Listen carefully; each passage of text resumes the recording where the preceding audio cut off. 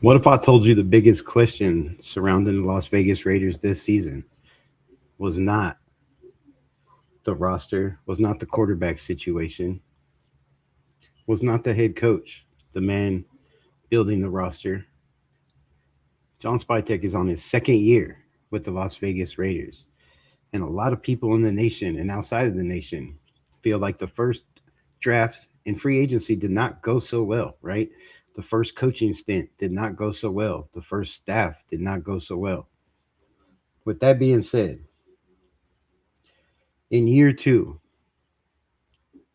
if this draft does not hit and they do not get more playtime than the last draft, is John Spytek's seat getting hot, right? I've had some questions. Some people DM me, ask me some questions. Also, some questions on here about John Spytek, right? They don't think John Spytek is the guy. They think he's a Brady guy, that he's, not doing his job. They didn't like the draft picks, the Jack Bash, right? Ashton Genty being, a running back pick sixth overall. A lot of people are not happy with that. So let me know your thoughts. We're going to get into the conversation. We're going to talk about it. But yeah, a lot to discuss, right? We're going to break down the roster last year, or the free agents last year, the draft last year, this year. We're going to break it all down and let y'all choose for yourself, right? How long? How long is the GM get before he's on the hot seat, right? He's come out and said it was a rebuild after the first year. So do you get, do you get a little bit of leniency from the first year? Let me know in your comments how y'all feel about it. Shout out to everybody in the building. I see myself, John Leon, Sacktown Mike in the building, Arnie Garza, Faded Raider. What's good? What's good? Appreciate all y'all pulling up. Sorry it's a little bit late night, but some things came up. So looking at the roster, right? Looking at some of the decisions. Let me pull some of this up. Make sure it's on the right one. Let's just get into it. Let's get into it. No time to waste, right? First, I got to see what I'm getting into. All right, that is not what it's supposed to be. Let's go to this one. No, this one. All right, much better, much better, much better. All right, so we're going to start here, right? Because the first GM, Tom Telesco, was known for having some very solid drafts, right? I can't remember if it was in the early rounds or the later rounds. His drafts were better, but managed to land Brock Bowers, instant starter, right? Contributing from day one. Managed to land Jackson Powers Johnson, instant contributor, right? Minus the injuries that he suffered in camp with the concussions, right? When he was available, he was contributing right away, whether it was left guard, right guard, center. First time, second round pick, first day starter. DJ Glaze, right? DJ Glaze thrown into the mix. Thayer Munford goes down with the injury, and Delmar the Meal, DJ Glaze, right, steps into the picture and doesn't look back. Doesn't look back because he's the best guy for the job, or was it the change of coaching staff, the change of coaches that kind of just there was no competition for Delmar, DJ Glaze? We will find that out this year, right? Anyways, that's three guys right off the rip that started. DeCamarion Richardson started a little bit, right? Played some games the first year. Second year with the new coaching staff, kind of drizzled down a little bit. Last year, mainly special teams. Tommy Eichenberg has not got on the grass, right? Has not really contributed, but he's still on the team. Still on the team. So that's what, 5? 1, 2, 3, 4. Yes, sir, 5. And then my guy, right? The guy that I projected to be on the Raiders, to get drafted by the Raiders, ended up being on the Raiders. A lot of people are still wondering how he's made this roster, but there's a lot of rumors and talk that I hear that he might be a lock to make this roster, right? His gritty style on special teams, whether it's offensive, RB and the gunner, making tackles on the defensive side, Dylan Labe still on the team. So he hasn't contributed a whole lot, but he's contributed, right? More than some others. Trey Taylor, no longer here. MJ Devonshire, I wonder what he's doing nowadays. No longer here, right? So out of Tom Telesco's draft, you get 1, 2, 3 day one starters that have pretty much been the starters since day one. JPJ, we'll give him a little bit of leadway because of the coaching changes and we don't know really what's going on right there, right? But Tommy Eichenberg's still on the team. Dylan Labe still on the team. So out of that draft, 1, 2, 3, 4, 5, 6, 7, 8. Wait, is it 8? Shit, what'd I do? 2, 3. Yeah, out of 8 players, 6 are still on the team as of today, right? 6 out of 8. That's a pretty high percentage for Tom Telesco. He got 1 year. he got 1 year, right? Kidder, what are you doing over there? 2025. John Spytek's first year. You get Ashton Genty, which is the controversy of all, right? A lot of people agree, or a lot of people have their takes on Ashton Genty. You got to have 2,000 yards as a rookie to be even in the conversation of being picked 6th overall. I think that's, a little bit too much to put on the shoulders. He can't pick where he was, where he was drafted. That's not up to him. He sure the hell didn't get to pick his coaching staff. The offensive line coach, which happened to be the run game coordinator. Man, what a nightmare for a young rookie, right? Anyways, Ashton Genty, day one starter. Jack Besh, 2nd round, right? You move back 2 picks. You pick up more draft capital that the Raiders desperately needed, right? Because you got to build this team from the ground. But Jack Besh didn't get a lot of burn. 29 targets, 20 receptions. I don't think any touchdowns, right? Had some big key first downs for us, but other than that, not very much, right? So Jack Besh didn't get a lot of play time. Darian Porter, got a couple starts here and there, but definitely not a day one starter from the rip. Caleb Rogers didn't get in till the final 6 games of the season when the season was already a wash. Same with Charles Grant. Dante Thornton got his chances the first 8 games.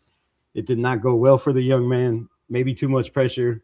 Maybe he just wasn't the guy they were trying to force him to be, is what I feel when it comes to Dante Thornton. Tonka Hemingway didn't really do much, but when he got a chance to get on the grass, he showed that he should have been on the grass a lot earlier, right? So let me know how you feel about these picks so far. JJ Pegues, same thing. Tommy Mellott, no longer here. Cam Miller, no longer here. And Cody Lindenberg, who who I was big on. I was very excited when we drafted him. Feel like he can be one of those long-time players for us. Physical, can cover, right? Can tackle, and been working his butt off. Shout out to Cody Lindenberg. But out of those, what? How many players? 1, 2, 3, 4, 5, 6, 7, 8, 9, 10. Out of 11 draft picks, we got 1 day one starter.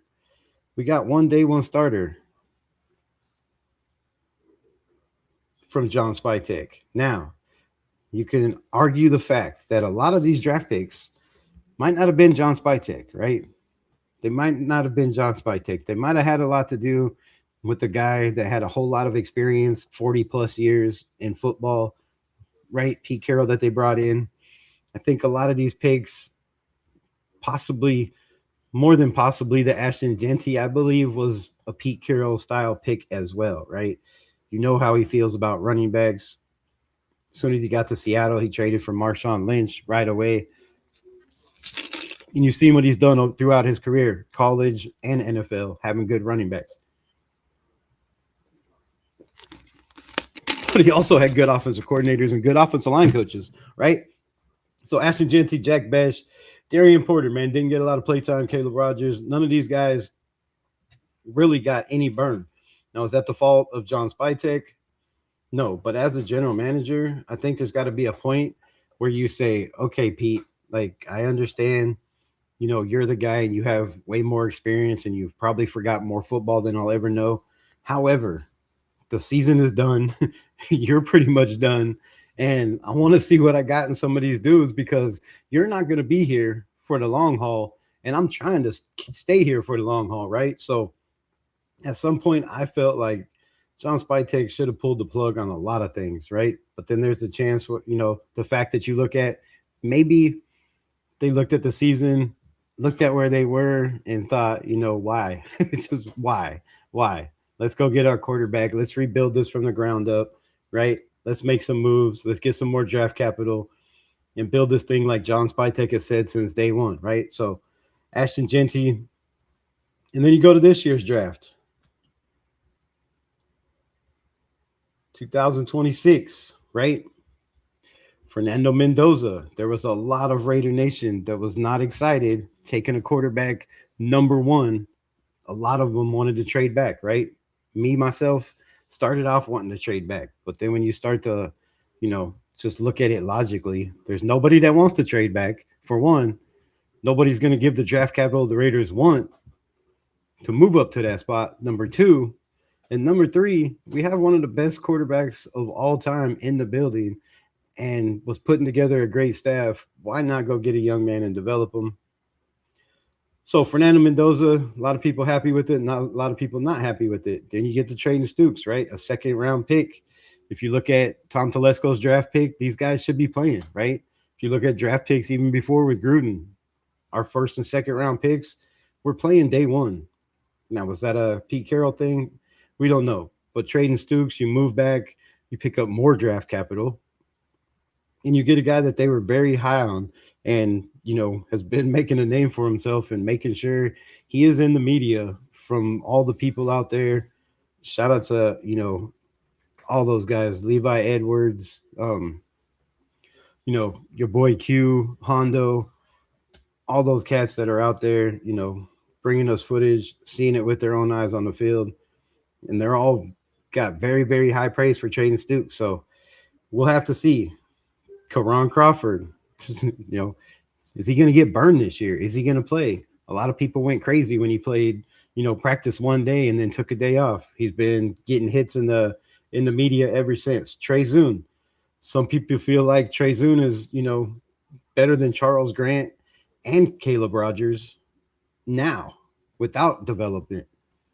That's yet to be seen. But you get that pick at 91. That's 3 offensive linemen within pick 95 for the Las Vegas Raiders. Now, only time's going to tell what those players are, right? Jermon McCoy, you take an injured player that didn't play last year. That's a questionable pick in my opinion, right? Where they took him, they moved up one spot to make sure they got him on the first day of, round 3. 3, 2. So they move him, get Jermon McCoy, a questionable pick, right? Crawford could be a questionable pick. Trey Zune as well, a guy that's played mainly left tackle, played a little bit of left guard, right? A lot of people keep saying, he can play all 5 positions. But I'm still waiting for somebody to show me him playing all 5 positions in college because I can't find the film of him playing all 5 positions. Now, I know he said I could play all 5 positions, right? But have we seen it? Is there tape? Is there evidence of him consistently being able to play at a high level in college, all 5 positions? No, I haven't seen it. So if you can find it, please send it to my DMs, hit me up, let me know. But Trey Zune, there's a lot of people saying that he can play all 5 of these positions. From what I've heard in camp, he's played a little bit of left guard, mainly right guard, and a little bit of right tackle. Now, when you've taken almost all of your college snaps at guard and not even at guard, I think mainly at left tackle, right? And a little bit at guard, and you're moving over to right guard, there's questions with that pick too, right? Then why did we draft Charles Grant? Because it was my assumption, and I'm sure a lot of Raider Nation's assumption, that Charles Grant was drafted to be, the heir apparent to Colton Miller. Plays left tackle. You got time to develop him. I mean, that's what I thought. Let me know in the comments. Did y'all think different? And then the Mike Washington pick, right? Some people say Mike Washington, can't run up the middle. He's a one cut and go guy. I think you're going to see a little bit of difference in the NFL. And I need to break down film on that. Anyway, um, Dalton Johnson was another questionable pick, right? You go and get Teron Johnson. You still have a player that a lot of the nation is wondering what's going to happen with Isaiah Palomau after all these moves. Um, Hezekiah Massis showing out in camp, Malik Benson showing a little something, something, and then Brendan Cleveland, right? So decent draft picks, but these guys, I feel like at least Fernando Mendoza should play this year, but there's a lot of talk about he might not play this year. And I feel like a lot of the nation is gonna, go after Spytek and Tom Brady and the coaching staff if Mendoza does not get on the field being drafted first overall. Right, there's going to be a lot of unhappy people, um, and I think that's going to put Spytek in a hot spot for a little while. But let me know. Let me know in the comments, how long do you think the leash is for John Spytek? Do you think it's 3 years? Do you think it's 5 years? How many years can you continue to go 3-14, 2-15, right? Because there's a lot of people that still believe the Raiders are only going to win 3 or 4 games this year. I mean, their win total by national media is 5.5. Is that acceptable? Is that acceptable for you? Let me know. Let me know. Let me get into this chat before I do all that. I know y'all got some questions. I know y'all got something. Arnie Garza's in the building. What it do? What it do? Question: who is the best position to have a breakout season due to scheme, lack of talent, or depth? Who is positioned to have a breakout season due to scheme, due to lack of talent or depth? Arnie Garza, that's a good question. Um, I don't know, my brother. I don't know. Due to lack of talent or depth, it's got me thrown off. I'm trying to think of what is the least talented position group and who has the best chance to shine.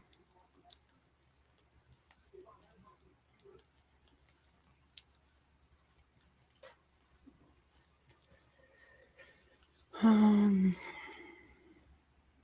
gonna go with Aiden O'Connell. Go with Aiden O'Connell. Nah, for real though. For real though, Arnie Garza, who is the best position to have? I think there's a couple, man. I'm gonna go with this. I feel there's a couple.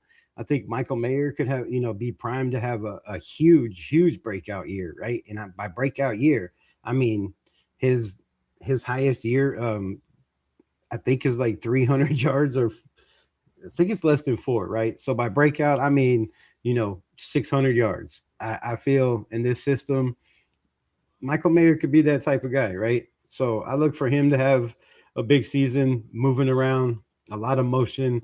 He can be a lot of that guy. Jack Besh could be another one of those guys. But I feel like the main one that everybody's sleeping on, and I've been saying since we got him, is Jalen Naylor, right? Jalen Naylor. I mean, when you're in the building with Justin Jefferson and Addison, like, come on, you're learning, right? You're learning, you're developing, you're in the building, you're seeing how these guys carry themselves, how they run routes, how they get separation, right? How they get the defensive backs to bite, how they study in the film room, how they watch film, right? You're learning a lot. And Jalen Naylor's not old, but he's not young either. What is he, 25? I do believe 25. So, man, there's a lot of upside there, right? They call him Speedy Naylor. He's not like a 4-3 guy, but they call him that because he's explosive, right? He's got guns. He's got a well-developed body. He runs damn good routes. And I think, he's a guy that's going to be slept on just because of Jack Besh and Trey Tucker. So there could be a lot, Arnie Garza. Brock Bowers, if you want to call it a breakout year. I mean, does he have another 1,200-yard year? I could see it in this system, right? Ashton Genty, if is 1,200 yards a breakout year for you? Because I think 1,600 yards is not questionable for Ashton Genty in this system. I believe 1,200, maybe 1250, depending on how much he's used and how much Mike Washington takes away his, some of those reps. And then another four, I believe, or more out of the backfield receiving. So could be a bunch. Could be a bunch, man. What up, niggas? That is not nice, bro. That is not nice. Tom freaking Eichenberg. Yeah, man. Tommy Eichenberg's got, he's one of those guys that it's that Tom Telesco pick. So if we go back to 2000 and wait, where was I? 2024, right? 2024. Yeah, Brock Bowers, JPJ, maybe questionable. DJ Glaze, everybody says, they love him. But then you have DCAM, Eichenberg, Labe. Those six guys are still on the roster. But the guys that are questionable is definitely Decamerion Richardson, right? You haven't heard a lot from him. Only special teams. Does he find a way to fit in the system? The problem I have with that is Joe Woods is a defensive back coach. He was the same defensive back coach last year, right? Now, if you didn't make it on the field last year, I don't know how you're going to make it on the field this year with better talent around you if you're Decamerion Richardson, right? Tommy Eichenberg, I mean, we didn't hear nothing from him when the Kobe Dean was out, but he plays behind, um, supposedly, right? He's the backup to Quay Walker. I don't know how much, I don't know how much burn he's going to get. He's questionable. Dylan Labe's questionable. So a lot of those guys are very, very questionable. Labe is the GOAT. That's funny shit. The kid's a baller, man. He's hung around. He's hung around for a minute. He's hung around for a minute. All right, let's get into this. What do I need to find here? Off season. Let's get to the best parts, right? The best parts, and this is where. All right, give me a minute. I think Spy is good after. I think after Carroll. He purposely constructed the team to get the exact outcome as we had.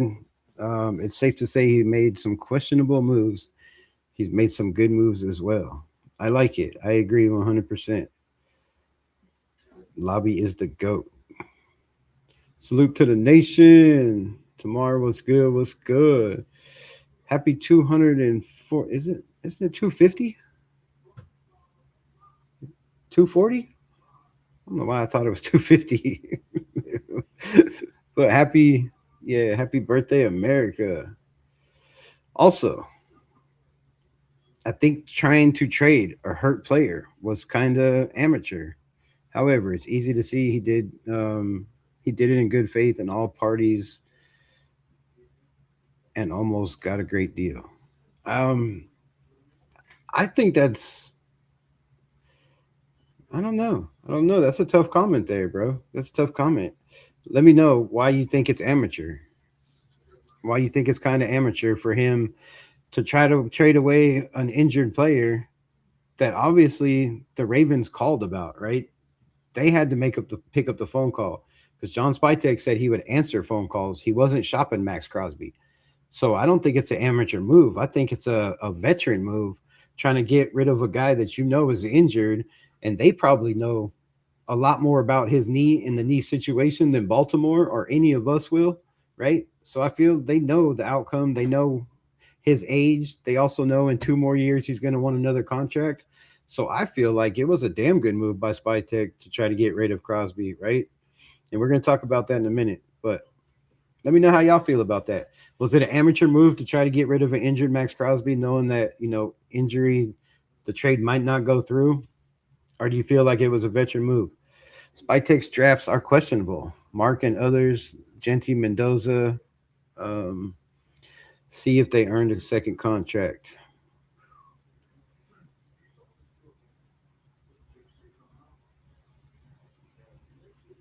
Marks other than Genty and Mendoza. Okay, so other than Genty, Mendoza, you think the rest are questionable? I could see that. That's with Carroll.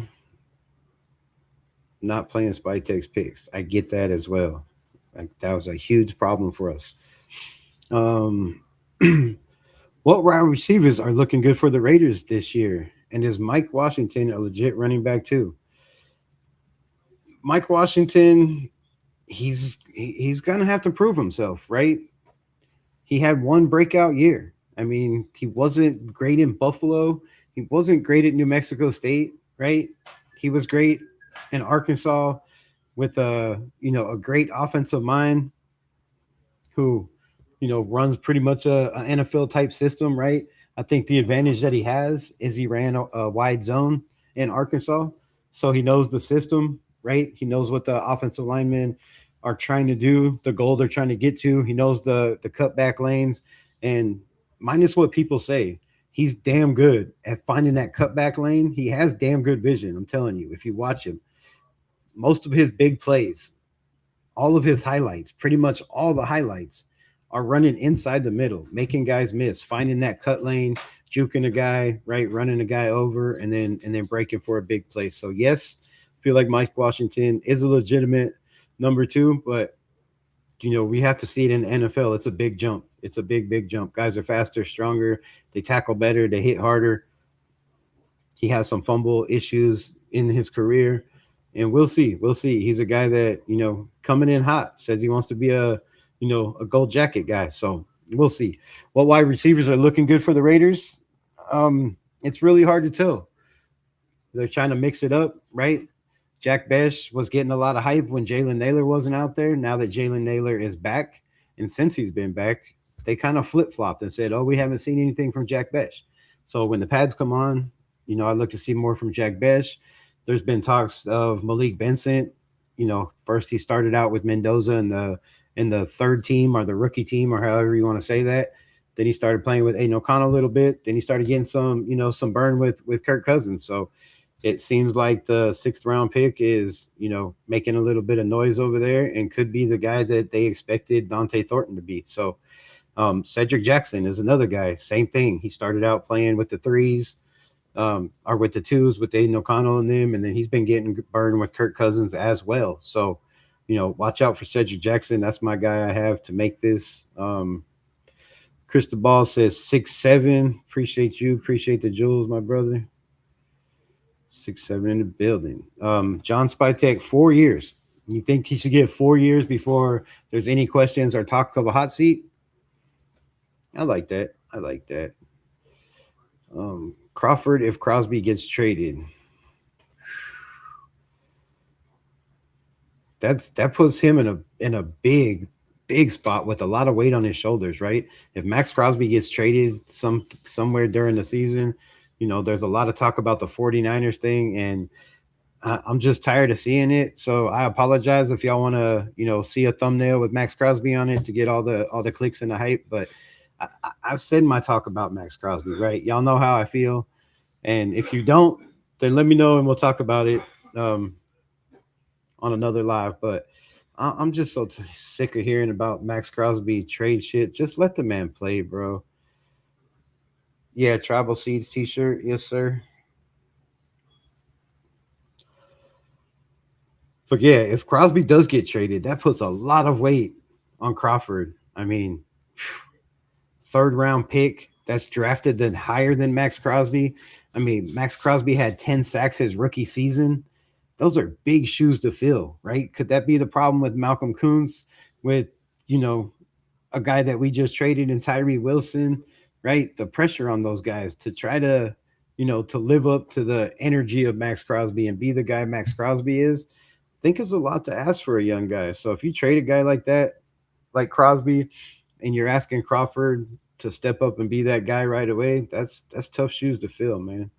Tough shoes to fill. Because it was 90%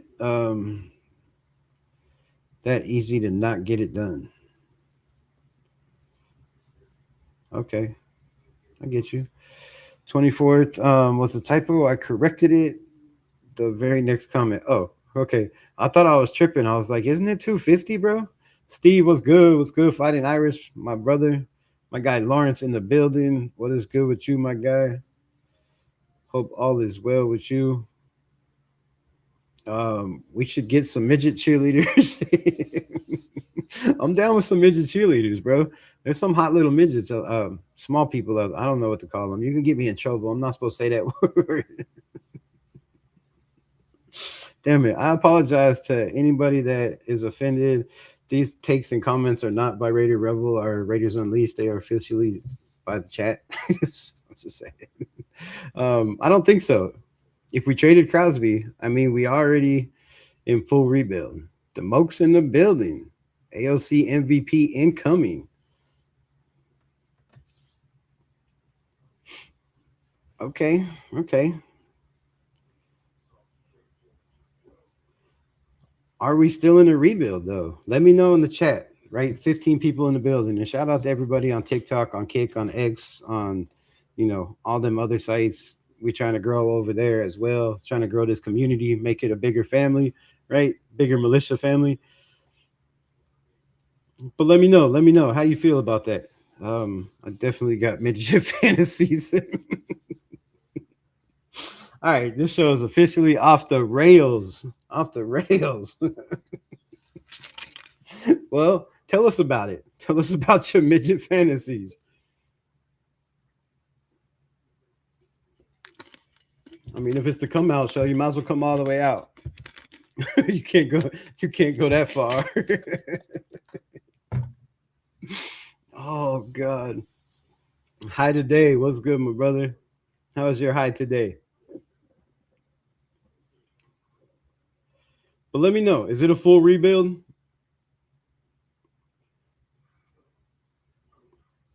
And is it possible that the Raiders already rebuilt? I mean, look at our offensive line. We talked about it. They have a bunch of first, second, and third rounders, more than anybody in the NFL. They just need to develop. So the depth is there. Do we need a right tackle? Very well, possibly. You can get that next year if DJ Glaze isn't that guy, or one of these guys like Isaiah Jada, or one of these guys don't show out when the pads come on. But I'm looking for one of these young guys like Isaiah Jada um, or Hemington, right? The former tight end that switched to right tackle. Very, very athletic, very strong and physical. Just needs to put on a little bit weight, but I think his physicality and his his movement and his speed, footwork, and all that makes up for the weight. Right now, can he play right tackle? I don't know. Yes, it's definitely a rebuild.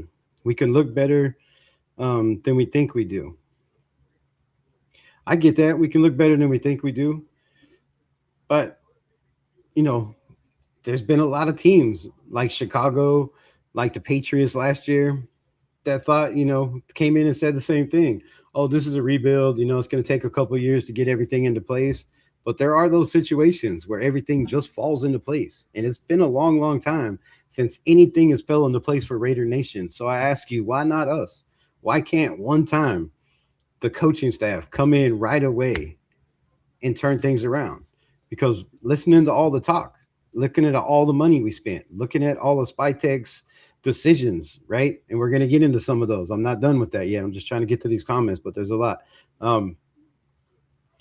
There's a possibility that this rebuild can be done in a season, right? Yes, we're still some pieces away. Yes, we're still some depth pieces away. Yes, we do have a lot of one-year contracts. But how many of those one-year contracts are going to be guys that we can't bring back? I don't see that being the case, right? I think we have plenty of money. So yes, we're in a rebuild. We're not in a Super Bowl conversation. Do you have to be in a Super Bowl conversation to be a wild card team, or to be a team that gets some breaks and is right there on the edge like we were in 2024, right? Was that Aiden O'Connell's rookie year?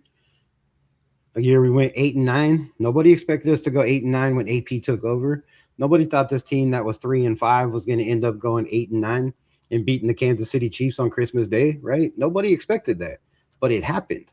So there is a possibility, and I don't feel like we have to be in a Super Bowl conversation to not be in a rebuild.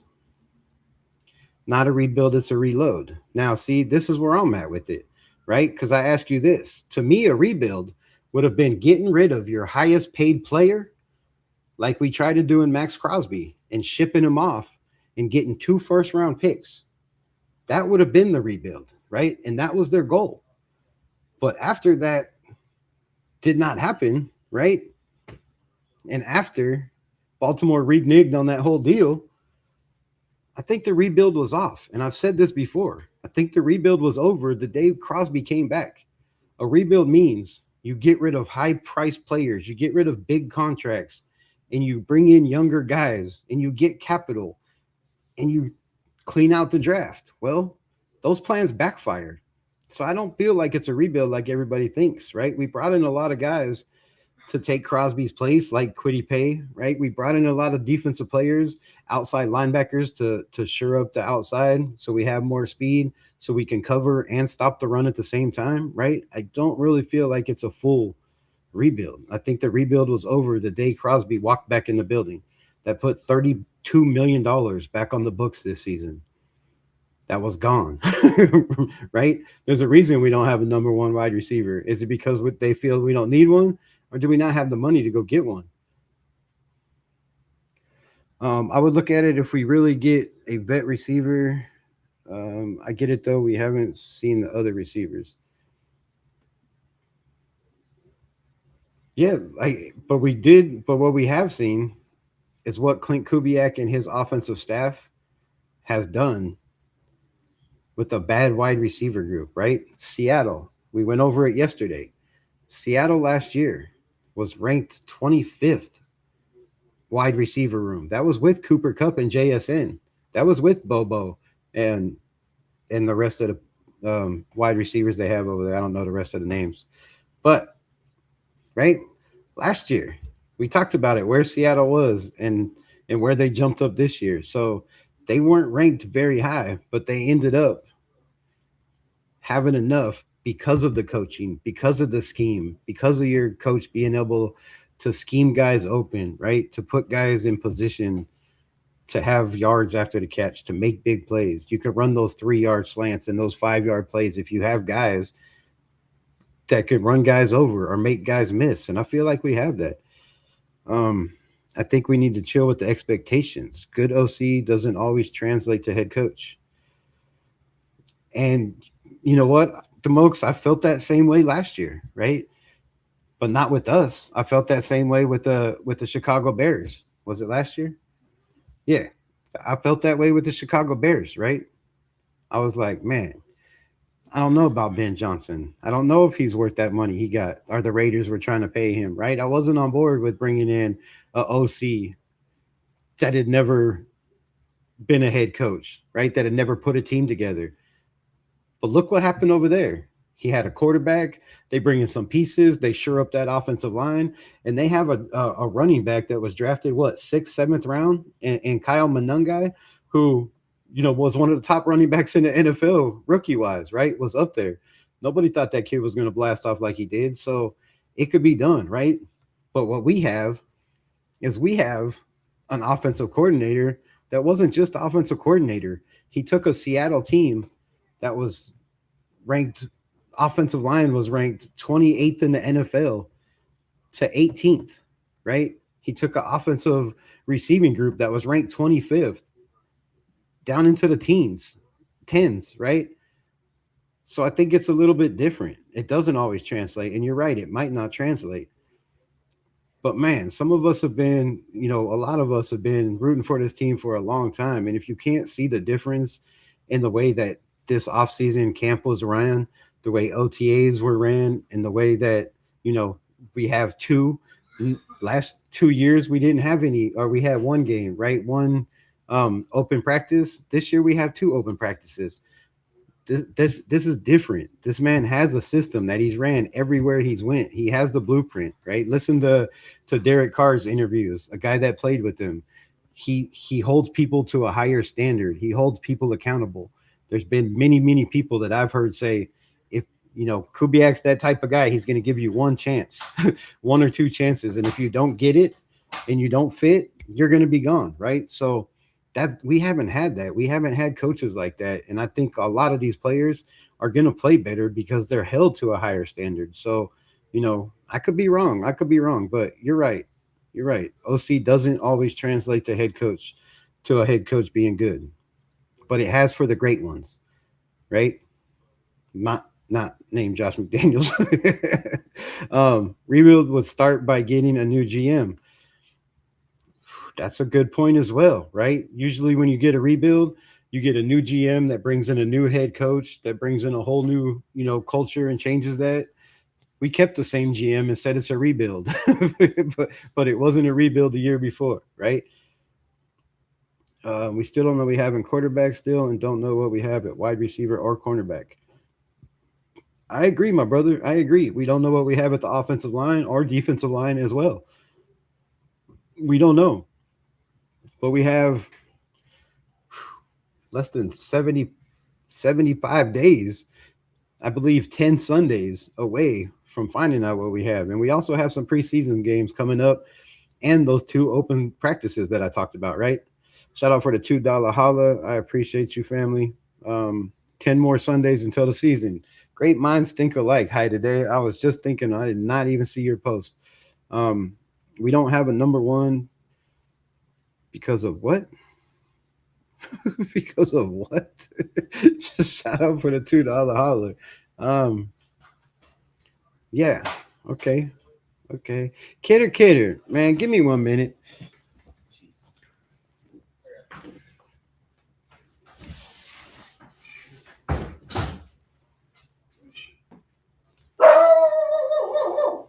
Damn, now the dog's gonna go off. This damn cat thinks she's a dog, gonna sit out there and scratch on the door for the last 25 minutes.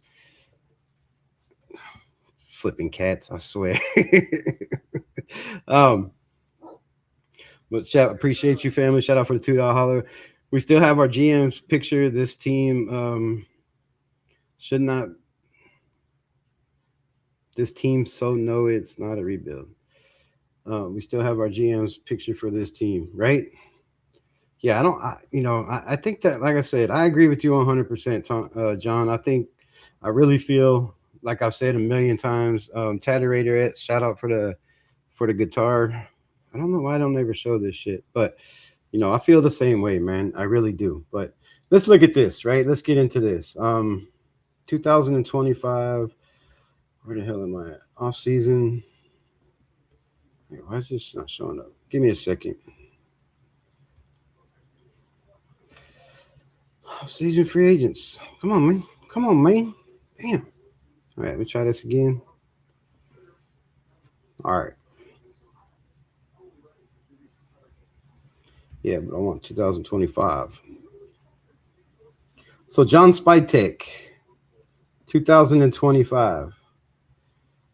A lot of people are going to look at this. Why isn't it clicking on the damn 2025? Jeez Louise. What is going on here? Are we good yet, Tim? No. 2 seconds. 2 seconds. Silence is bliss. Let y'all think. All right, where the flip is the teams at? All teams. No, all teams. Las Vegas. All right. I think we're ready. Hey. Hey. It's the Fat Albert Show. All right. What am I doing? I still got this up. Yes, I do. All right. Let me pull this back up. And we're gonna talk about it. All right, 2025? Yes. Spytek's first year. He brings in Jeremy Chin. Resigns Malcolm Kuntz to a $12 million deal after not playing the whole entire season. Brings in Alex Kappa for 2 years, $11 million. Brings in Jermaine Pratt for 1 year, $4.25 million, who played one game and they cut, I do believe. Or did he even make it to the season? Don't know what happened there. You bring in Amari Cooper. You give him $4 million. He took 1 week in a Pete Carroll system with Chip Kelly and said, oh, hell to the no, right? I'm out. I'm retiring. I'm done with this. Peace. Bring in Eric Stokes. This was the best one so far. It turned out he got a second contract. You bring him in a 1 year deal, $3.5 million. He was, that lockdown guy over there, did not give up a lot of big plays, did not give up a lot of yardage, and did not give up a lot of touchdowns either. So Eric Stokes was pretty solid over there, coming off, another injury-plagued season. Landon Roberts. I mean, man, I expected more for Landon Roberts. We didn't get what we expected, right? I thought Rob was going to be that dude. Turned out he was not. He was a Landon and not Rob. $3 million 1 year. You bring in Lonnie Johnson, breaks his fibula, comes back during the season. Not a very good pick. You bring in Raheem Mostert, $1.6 million. I think he got maybe 20 carries on the whole entire season. Oh, by the way, he was healthy. he was healthy. But, I don't know why they brought him in. You bring in Ian Thomas, who is still here. I believe this might be his last year, right? You have Connor Hayward, who plays fullback, also plays tight end. That gives you the option to only keep 3 tight ends. I believe Carter Runyon, like I've been saying the whole offseason and last year, Carter Runyon is our third tight end, and there's a possibility that he has a chance to even be better than Michael Mayer with, his athleticism, his physicality.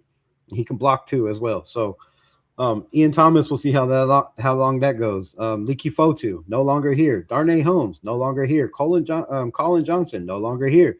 Devin White, he did break the Raiders tackle record, but when it comes to coverage, which he should have never been put in those positions, in my opinion, as a coach, you should have never been put in those positions to cover. Like any coach in any league and any, even Pee Wee knows that you don't put a linebacker that can't cover to cover tight ends or running backs or slot receivers, right? Whether it's 5 yards, 10 yards, or 15 yards. So Zach Carter, no longer here.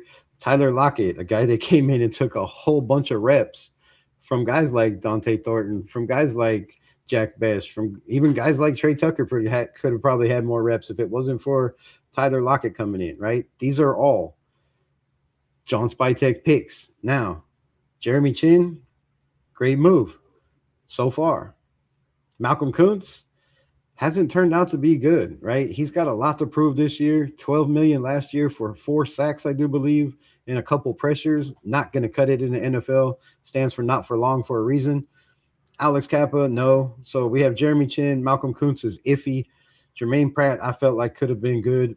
I don't know what the situation there was, but he went on to play for another team and instantly made that defense better. So, that it is what it is. Eric Stokes, and that's pretty much it. So you got 3 players in free agency. Oh, come on, man. Stop doing this shit. 1, 2, 10, 11, 12. Out of 16 players in free agency. I should probably have that number somewhere. I wouldn't have had to count them. 16 players in free agency. 3 of them turned out to be okay for us. That's not going to cut it. If you look at the numbers, 16 mil, 11 mil, that's 25. 11 mil for Kappa, that's 36. Another 4 for Jermaine Pratt, that's 30. What did I say? 26, 30. That's 40.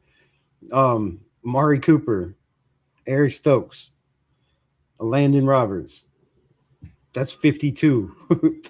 And then the rest are $1 million deals. So Lonnie Johnson, all these guys, $1 million deals.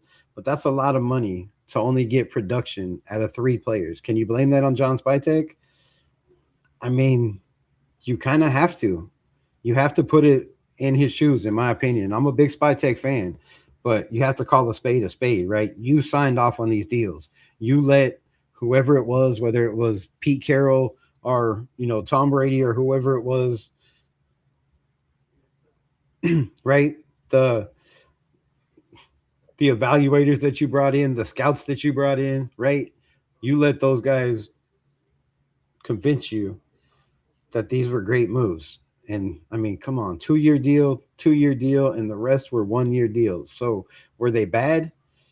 They weren't horrible, right? Because they're only 1-year deals. So there's not too many players that didn't get their money that we're still paying, and that's a good thing. And then you have to look at the fact of what John Spytek did with the salary cap. When he came in, we were struggling, right?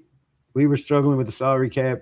He comes in, he cuts a bunch of players. Those players are, um, pull those up, right? We lose Trayvon Morig, who goes on to make $51 million contract for 3 years. I think that's a good value, right? When you look at this year's draft, and we brought in Tyron Johnson on a prove it deal. Take on the rest of his contract after the trade. You bring on Dalton Johnson. You bring on Traden Stukes, right? Those are young talent that have the opportunity, the talent, and the skills, I believe, to be a Trayvon Morig type player. Now, are they going to be it in day one? It would be great if they were, right? Wouldn't it be nice if Traden Stukes comes in and plays like Trayvon Morig did, his rookie year and throughout his time with the Raiders on a way cheaper deal? I mean, I would love that. So if that happens, then that's a great deal for Spytek. Nate Hobbs goes on to get $48 million, 4 years. That's what we would have had to pay him to keep him, right? You bring in guys like Landon Roberts, Jamal Adams, right? Devin White, those type guys to come in and kind of be and Eric Stokes, right, to come in and try to take that place. Bring in guys like Greedy Vance, young guys that he's still here, but then you got bring in guys like Caillou Blue Kelly that didn't seem to work out too well, right?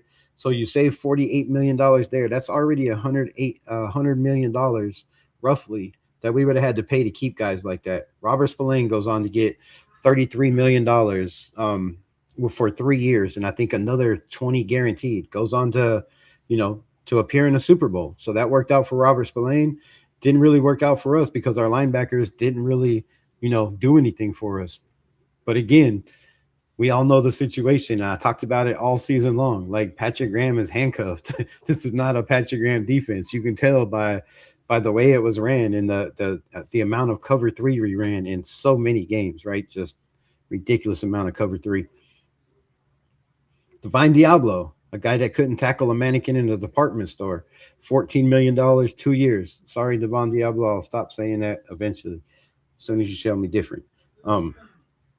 Kaylavon Chasen goes on to appear in a Super Bowl, right? 3 years, $1 million. I think that was a loss for us, especially with the injuries of Max Crosby, Tyree Wilson not doing anything. Malcolm Kuntz didn't do anything for $12 million. You could have kept Kaylavon Chasen and forced Malcolm Kuntz to sign a lesser deal, right? If he wanted to be a Raider or go somewhere else. And I think that would have been a better move as our general manager. But, it is what it is. Marcus Epps, you let go. I think that was a loss for us. I don't even know if he's playing right now, right? He went to the Patriots and got cut because they had so much young talent over there that he didn't even make the team. So, John Jenkins, Jermaine Pratt, Andres Pete, Alexander Madison. God, I hated that pick from day one. It is what it is. Harrison Bryant, Terrence Marshall, Gardner Minshew, Andre James, Desmond Ritter, and Jack Jones. So all players that Spytek moved on from day one. That's a lot of money, bro. He saved $150,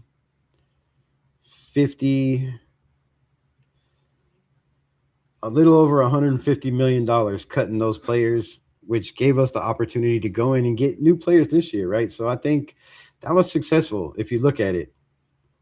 Because a lot of people would have liked to keep Robert Spillane, Nate Hobbs, who was, always injured, never really the available, best availability is the best ability, right? Not really out there. Divine Diablo was the same. Robert Spillane, I mean, come on, that's a lot of money for a linebacker. But then you turn around this year, right? You turn around this year and you go out and you sign two linebackers who have injury history and were both injured last season. Another questionable pick, right? So this year we lost. And shout out to the people in the building. I see y'all, 13 of you. I don't know why I don't see the comments. Hold up. Guitar strings. We're in a better place now than we were years, moving in the right direction. I agree 100%. But, I'm just trying to break this down because some people feel like Spytek is not the guy, and he's been, hurting the Raiders with his draft picks, with his decisions in free agency. So I just wanted to take this time to give everybody a chance to put in their input, to speak their mind and see how they feel. I think Genty would be solid season from what he showed last season. I think Genty will have a solid season from what he showed last year. I agree. Let me pin this right here so I know where we're at. Shout out to the people in the building.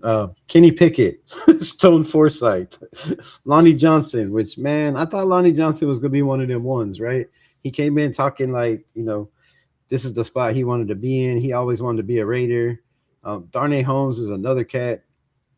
I don't know what he did last year, but so we didn't lose a lot of guys, man. We lost. That's all we lost. Wait, that can't be right. Yeah. So that's all. Kenny Pickett, Stone Forsythe, Lonnie Johnson, John Riggatan, another another Pete Carroll pick, and Darnay Holmes, right? So we didn't lose a lot. But we signed this year in free agency. It's a little bit different. A little bit different. Now, I've questioned it from day one. I believe Tyler Linderbaum has the chance to be better than the centers we've had. Better than JPJ? I mean, that remains to be seen because I really like JPJ playing the center position. I liked his physicality. He had that one mistake against the Kansas City Chiefs that cost us a game. But other than that, the 14 penalties, the not being able to be on the field, I think JPJ was better at center. Now, since they moved him to guard, just haven't been on board on where he's at. But Tyler Linderbaum, $81 million. You're paying the highest paid center ever in the history of the game, I do believe. That's a reach, right? That's a reach. Is that trying to make – I believe that was a pick to lure Clint Kubiak into the building, right? That's what I feel. I feel like they went out, was like, man, this is we're gonna go get this guy. We're gonna go all in, and we're gonna do whatever it takes. But we need you to be the head coach, and we need Rick Dennison to be the offensive line coach. And I feel like that's what that was. But a lot of money spent here, right? You feel like you had Max Crosby traded. You had another second. You had a first overall pick and a 14th pick. That would have been a great rebuild, right? But that got ex-nade. And then you got Kwity Paye. A lot of people are bitching about this, right, in the media. Shout out to the 16 in the building. ESPN, there's been a couple of, and damn it, I forgot to write down those names. Crap. But there's been a couple of people, ESPN, right, those guys in high profile in NFL Network, that feel like Kwity Paye was overpaid, right? A guy that didn't really do a lot. He was, in the middle of where the Colts defense was. He had one of the lowest pressure win rates in the NFL last year. Former first round pick that hasn't really played up to first round pick level. Now, maybe, our scouts in the building, our coaching staff, Rob Leonard, said, man, I could do something with him. Maybe it was Travis Smith that was in the building and said, I could do something with Kwity Paye. I can make him better, right? I can use him in different ways. I don't know. But a lot of people feel like we overpaid for Kwity Paye. And if it comes down to this, if Tyler Linderbaum is getting shoved around in the passing game and he's only good in the run game, and Kwity Paye is not out there, doing really much of anything, and it's not a factor out there, Quay Walker can't stay healthy. Nakobe Dean hasn't even got in camp yet. We don't know what's on with that. Jalen Naylor, $35 million. Eric Stokes, $30 million. These are all very, very, very questionable decisions made by our general manager, in my opinion. Let me know your opinion. But come on. None of these guys. I mean, Quay Walker coming off an injury, 3 years, $45 million. Or $40.5 million. A lot of that was guaranteed. But he can't guarantee us he can stay healthy and be on the field. Hope and pray, right? I hope and pray that this man can stay on the field. But he has not showed it. The Kobe Dean has not been there one day. There was a couple of pictures with him out on the practice field early, but nobody's seen him out there doing anything, performing. Most of the time, he was in a building. From what I've heard, nursing an injury, had an injury last season. $36 million, 3-year contract. Right, that's $32 million a season. Most of this is guaranteed money, but we haven't seen nothing from him. Now, we all think he's going to be that guy, but has he been that guy for Philadelphia? He's been a guy that's missed more football games than he has started, right? Now, I'm a big Nakobe Dean fan. I was very happy about the contract, right? Or the signing. But the 3-year, $36 million, I was like, man, you're giving all that almost guaranteed. I mean, it's not my money. It's not Mark's money anymore either, right? You got a whole bunch of investors. So that has nothing to do with us. But you have to take into the fact that we signed Eric Stokes. I'll get to that in a minute. But, Quay Walker, injury history. Jalen Naylor, or Nakobe Dean, injury history. Kwity Paye, former first-round pick. Now, I'm praying that he becomes that K'Lavon Chasen that we got 2 years ago, right? Comes in, didn't really work out where he was drafted, was released from Carolina, and then comes in and plays like a wrecking ball when he's in the game for us. He didn't get a whole lot of snaps. When he was out there, you knew he was out there. So I'm looking for Kwity Paye to be that guy. I really feel like he's in a 3-4 defense, right? He could be one of your outside guys, but I feel like he's big enough and strong enough with his build that, man, he could probably play the nose if you're looking for, faster, stronger defensive linemen that are quick off the ball. I wouldn't be surprised if they try to put him there, but $48 million questionable. Jalen Naylor, right? We talked about Jalen Naylor, a guy that should have a lot of experience. We've seen what Trey Tucker learned from having Devontae Adams in the building, having guys like Jacoby Myers in the building, right? Trey Tucker has ascended every single year. I believe Jalen Naylor has done the same every single year. He's only 25 years old. He has a chance to be that guy. And there's always those players that when they get those opportunities, there's some of those guys that rise above, right? And I believe Jalen Naylor is one of those guys. He had one of the best quotes. No block, no rock, right? So this is a guy that has embedded in his head. If I don't block in the run game, if I'm not out there bulldozing people in that wide zone and opening up lanes and opening up holes for my running back, I shouldn't expect the football. When you have that mentality from a wide receiver, that says all I need to know. Says all I need to know. But you pay him 3 years, $35 million, right? I believe that's a solid contract because if you look at around the NFL, I mean, the average guys are making $20 million right now. You got guys like Justin Jefferson making $36 million. So if you're telling me I get a player like Jalen Naylor that has a chance in a Kubiak system to be a 1,000-yard guy, possibly a 70 or 80 targets, depending on, how he shows out or what he proves when he's out there and the opportunities he gets. But the price is questionable. Kirk Cousins, man, $12 million, $10 million guaranteed. I don't know why it says 12 million 64. Must be some other stuff added to it. But we're paying him 1.3 or 1.7, one or the other. Plus 10 million guaranteed, right? In Kirk Cousins, you get a player that has a higher career. Now, check the facts if you don't believe me. Has a higher career quarterback percentage than Peyton Manning. I believe it's the highest in the NFL ever. I think. I'm pretty sure. Somebody check those facts for me if somebody could. I don't know where my phone went right at a second. But you have a guy in Kirk Cousins that has lifetime a better QBR than the Peyton Manning, the Tom Brady, right? He also is a guy that has thrown for over 3,500 yards every single season he's been in the NFL except for last year. He's also a guy that usually has double the touchdowns than he has interceptions. There's a lot of teams that win with quarterbacks like that. There's a lot of teams that have won Super Bowls with quarterbacks that have had lesser performance. So to get a Kirk Cousins, a guy that is highly regarded around the NFL. And yes, he's coming, second year removed off the Achilles. That's a big, big deal. But he showed a little bit in Atlanta that he could play well, right? So Spytek bringing in Kirk Cousins, I think this is a Clint Kubiak move. I know it is.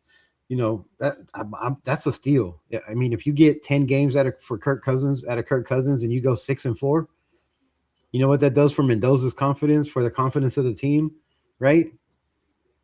I mean, damn, if you can give me 6-4 out of 10 games from Kirk Cousins, that's a steal all day long, right?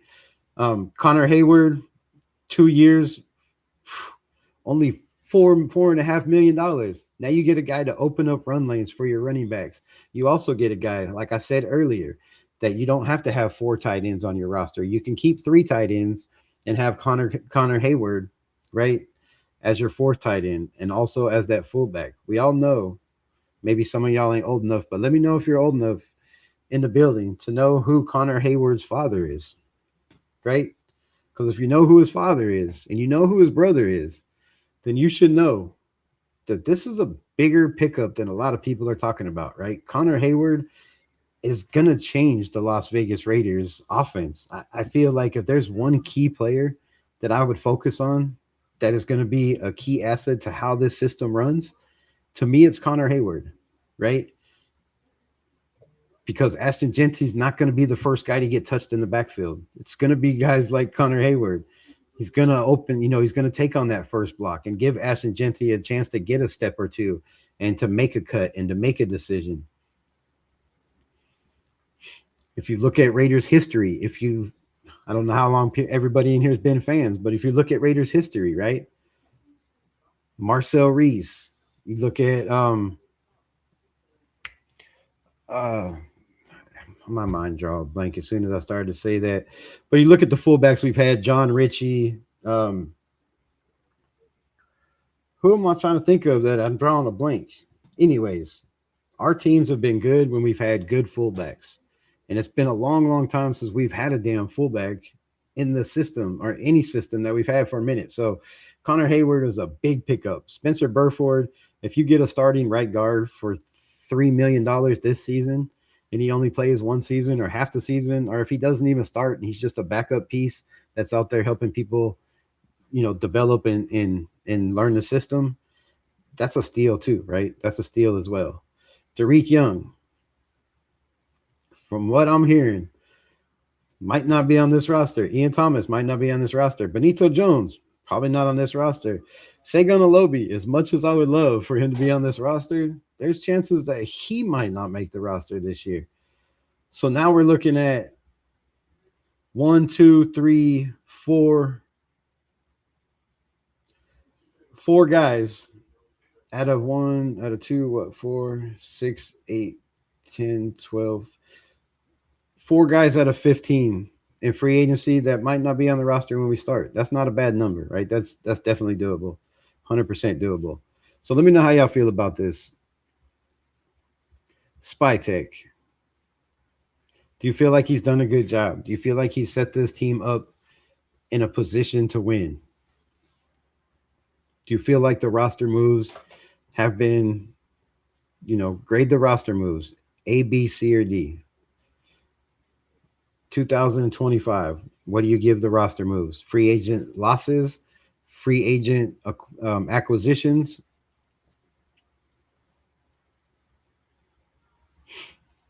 I think we underestimate how wide receiver plays production's threat affects our running game.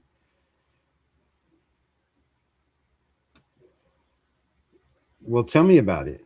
Tell me about it. Tell me about it. How does it affect our running game? Let me know.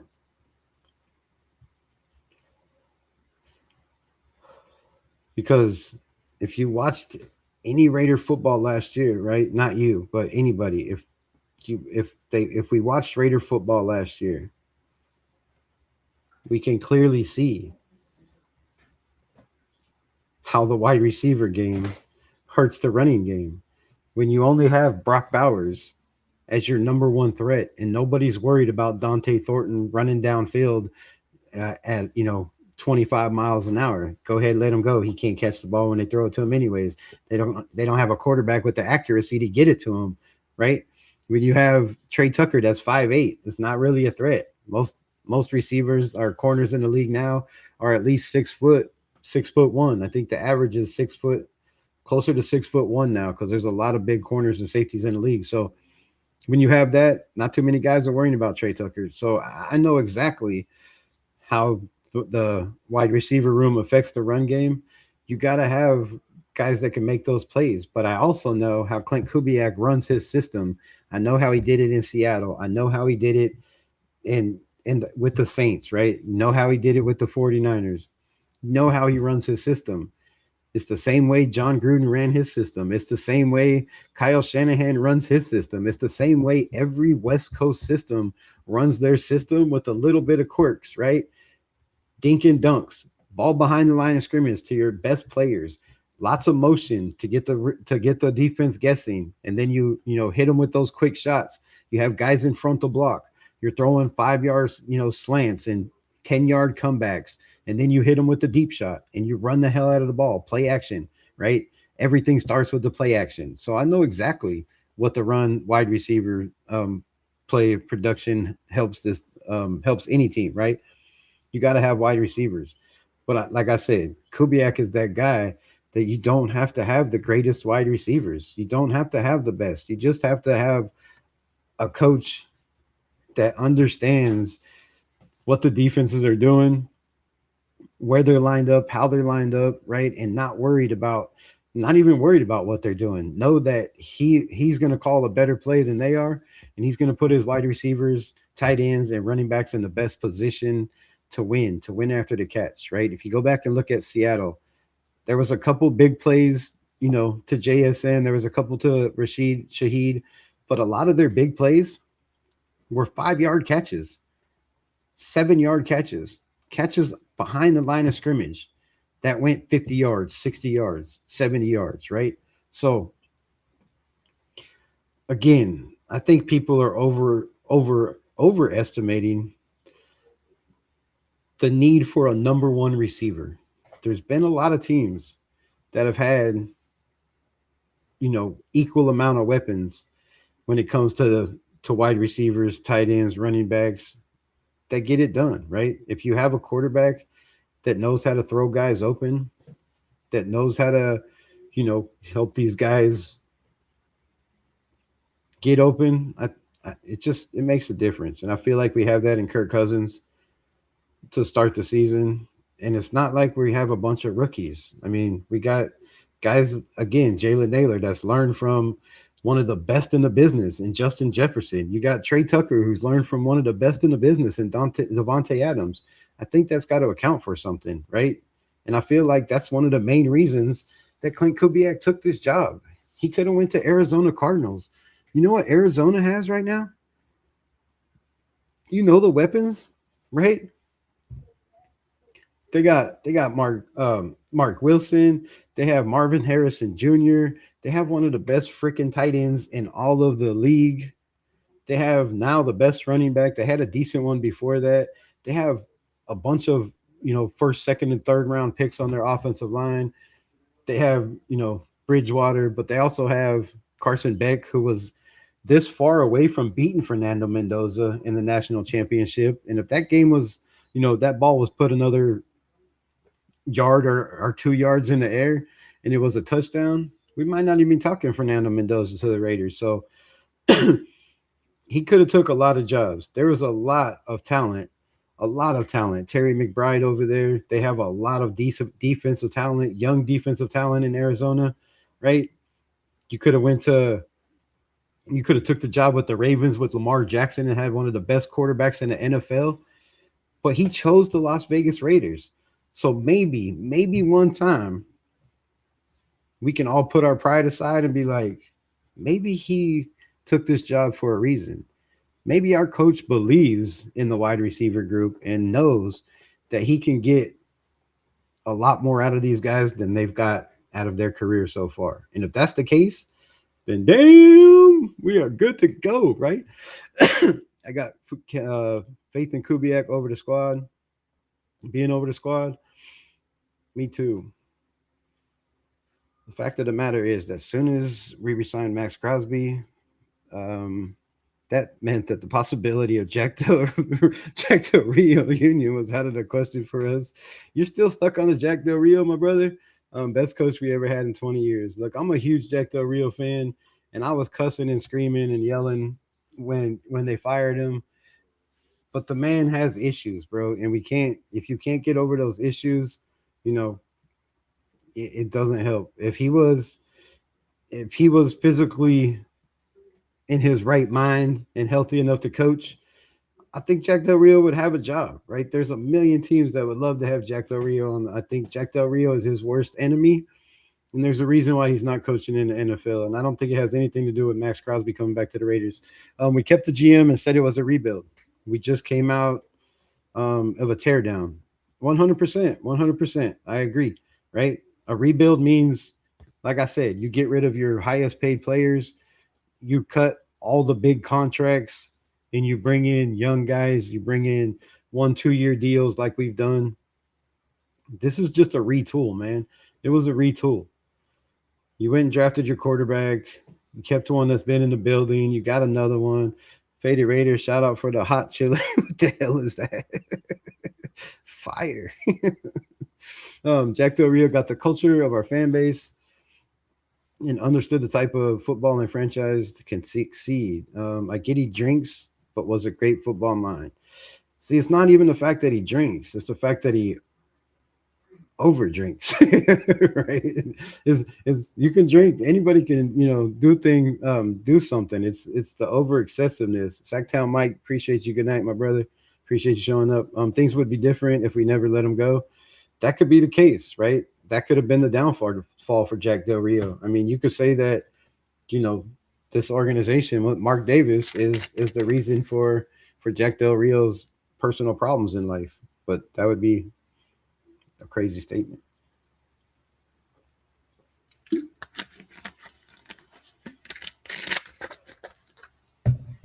Um, those were good times, right? Those were damn good times. 12-5, didn't even win the division, right? Quarterback should have never been in the game, breaks his leg. But before that, things were on a turnaround. They were on a turnaround. And sometimes people make stupid decisions and overhype things. And I can't blame Mark Davis for having a chance to bring in John Gruden, because John Gruden was somebody that he had always idled and admired and always kind of looked up to, kind of like he does Tom Brady, right? That was his guy. And having the chance to get, John Gruden in the building, Mark was like a kid in a candy store, bro. He just couldn't turn it down. Um, Mark Davis and Carroll didn't let Spytek cook. I agree with that too. I agree with that too. But again, that's why we're doing this, because I got a lot of comments saying, um, I'm too positive. I'm overhyping this team, right? I'm gassing everybody up, and I love every coach that we bring in, and that's funny because 2 years ago everybody told me, man, you're too negative. All you do is talk shit on this team, like you hate on everybody. So now I try to turn it around, and people are like, damn, bro. Damn, bro. You're too positive. You just can't win. You just can't win. My guy, what's good? What's good? Loose cunt in the building. Appreciate you pulling up. We're talking about your guy Spytek. Not to mention 25 seasons. He was just filling 25 seasons. He was just filling spots. Man, it's a lot of seasons to fill spots. You're picking up what I'm putting down finally. Now we're trying to discuss it. We're trying to discuss it. Name free agents that could have signed that year that made sense for our cap space. He was just filling roster spots. I get what you're saying now. There was a lot. There was a lot of free agents. That might be a show for another time. Actually, you know what? That is not, because I can do that right now. I can just go to all, right? Let's go to all teams. 2025. Let's make sure. Whoo! I mean, damn. So that let's pull this up. Let me pull this up so y'all can see. Shout out to everybody in the building. 16 people rocking with your guy. I appreciate y'all. Late night. Late night. Speaking of late night, I should be able to do my late night shit up. Where am I? Never mind. I'm not even ready over here. But let's pull this up. So free agents 2025. Monty Williams, defensive line. Went from the Eagles to the Patriots. Helped them make it to a Super Bowl. We had some defensive line holes. We traded Jacorian Bennett for Thomas Booker. That deal wasn't even on the shit I brought up, huh? Sam Darnold. We talked about this yesterday. Tom Brady didn't want Sam Darnold, which is why Spytek didn't even interview Sam Darnold and didn't even bring him in the building. Tom Brady, the GOAT, the greatest of all time when it comes to everything, said no to Sam Darnold. Well, Sam Darnold ended up making less money than Geno Smith and taking his team to a Super Bowl. Oh, and by the way, he won that Super Bowl, right? So there was that. We could have had Sam Darnold over Geno Smith. That would have been nice. Will Fries, a guard that was out there. Now, that's a lot more money than Alex Kappa, so I wouldn't say yay or nay on that. Tackled Dan Moore. 4-year, $82 million. I would have passed on that. Aaron Banks was out there. Josh Sweat, I wouldn't have done that. Stephon Diggs, we could have brought in Stephon Diggs, 3 years, 3 years, 60 mil. That's $21 million a season. Would it have helped with Geno Smith in the building? No. But would it have helped if we went and got Sam Darnold over Geno Smith? Hell to the yeah. Right? Cameron Bynum, free safety for the Colts. I mean, he left Minnesota, came over there and helped that Colts defense until their quarterback got hurt. Pretty damn good. That was a high-paying price, though, 60 mil. Byron Murphy, Tre'Davious Ward, Colton Davis, Chase Young was out there. They let Trayvon Moore go. Nate Hobbs. There were some guys out there. Let's get into a little close. I mean, you could have brought in a guy like Cooper Kupp for $45 million. I wouldn't have done that. Devontae Adams, I would have never let him leave the building, but that's just my personal opinion. No Justin Fields. Let's get into some of these lesser ones. All right, like value. So there was, let's go 20 million. Mekhi Becton, no, I wouldn't have done that. Eric Murray, no, I wouldn't have done that. Jeremy Chin, that was one of the guys, up there, 16 mil. That was a good signing, I think, right? Could have brought in a guy like Daniel Jones. I mean, look what Daniel Jones did for the Colts. I would have much rather had a Daniel Jones than Geno, right? Way more than Geno. Hassan Reddick. I was screaming bringing Hassan Reddick the whole damn offseason. I was like, yo, 1 year, $14 million? You're going to pay Malcolm Kuntz $12 million coming off an injury-riddled season? I think Hassan Reddick would have been a better deal 1 year, right?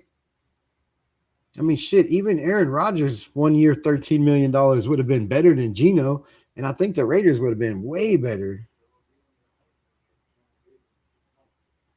Jacoby Brissett. I mean, damn. Look what he did for the Cardinals. He played pretty well. He had some big games for the Cardinals. You could have got a guy like Jacoby Brissett for $12 million instead of a Geno and kept $60 million. 12 mil. So wait, Jacoby, yeah, 12 mil for 2 years. So that's $6 million for 1 year instead of paying Geno Smith $32 million for one season, 18 touchdowns and 17 interceptions and 64 sacks. Golly. Oh, yeah, Spytek. I mean, you could have made some better decisions, Spytek. But I will say this. Isaiah Rodgers is another one of those guys we could have had. Instead, Alex Kappa. We'll start with the Alex Kappa. Alex Kappa was 11 mil, but Spytek could have made some choices. And I'll give him a little bit of leadway because it was his first general manager job, and seeing the where he came from, the body of work that was done in the buildings he was in, all won Super Bowls while he was there. He knows what it takes. He knows how to build a team. So you got to give him a little bit of leadway. And then the pressure of having Pete Carroll, you know, and not wanting to be like, listen, old man, this is my shit, and I'm gonna tell you how to run this ship, right? So trying to be respectful to Pete Carroll, I think his hands were a little bit tied. So I'll give him a little bit of leadway on that. But there are some of these guys that we could have got, man. Starting at Alex Kappa at $11 million for 2 years, and then the money gets way down, right? Um, Leonard Floyd, no. Denarius Slay, though, 1 year, $10 million. I mean, I would have took a chance on that than to have Kai Blue Kelly. You know what I mean? Um, Mario Edwards, no. I mean, Mac Jones, you could have went and got a former first round quarterback, and Mac Jones at $8 million instead of paying Geno $32 million. Mac Jones played his ass off last year. Now I know he had a way better offensive line in San Francisco, but I mean, damn, you could have went and brought back Mac Hollins, you know, for he signed 2 years, 88 million, 8,400,000. So that's 4.2. He helped that team get to a Super Bowl, right? I would have much rather had a Mac Hollins over a Tyler Lockett. Safety Will Harris, 2 years, 8 million. That ain't bad either. I would have done that. Xavier Woods, I was very high on. I'm trying to find some tackles or guards that we could have brought in. I mean, I would have rather had Bradley Bozeman, right? The guard and center. I would have much rather had him than Alex Kappa. I think that 2 years, $65 million would have been a way better deal for us. What else do we got? Backup Cooper Rush? No. Yeah, other than that, I don't see a whole lot. I mean, a Zach Wilson at $6 million, I would have took that over Geno Smith. I said that last season before the season started, especially the fact that you traded a third-round pick for Geno. Spytek, that's one thing that I can never forget. That'll be stuck in my mind no matter how many Super Bowls we win, if we win any, no matter how many playoff games we win. I'm still going to think about John Spytek saying, yes, I'll extend Geno Smith and I'll make it $71 million for 3 years. That's going to be hard to get over. And that's why we're talking about this. Is he on the hot seat?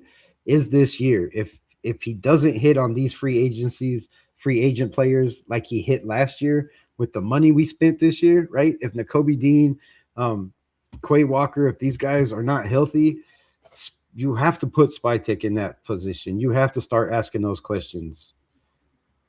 Najee Harris, Owen Burks, linebacker from Philly, we could have had. That would have been a nice little pickup. I thought he would have helped us help this team. We could have got Matt Gay last year. Instead, we got him this year. Who else? Yeah, I don't see a lot of deals out of there. I mean, $4 million. We paid $4 million for Tyler Lockett and Amari Cooper. That's $8 million. Let's see after that $4 million range if there's any players I would have signed or you would have signed. Lopez, no. EJ Speed, no. We got Eric Stokes. That would have been Javon Clowney. Jevedon Clowney. Bro, I would have went and brought in Jevedon Clowney for $3.4 million on a 1-year deal than what we got from Charles Snowden, than what we got from Tyree Wilson making $8 million, right? You could have cut Tyree Wilson last year. If I was Spytek, that should have been the first thing I would have done. I would have came in and said, look, Tyree Wilson, we see we see what happened here, right? Sorry, but good luck with your future endeavors. I wouldn't have paid him the $8 million that he got last year. That was another crazy thing that I don't know.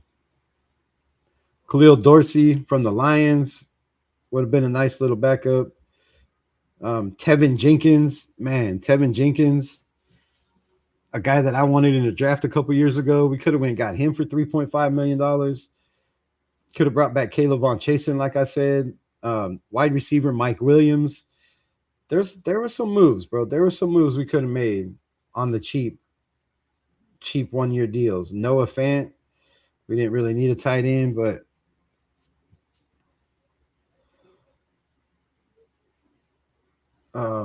Elijah Mitchell. I mean, Nick Chubb.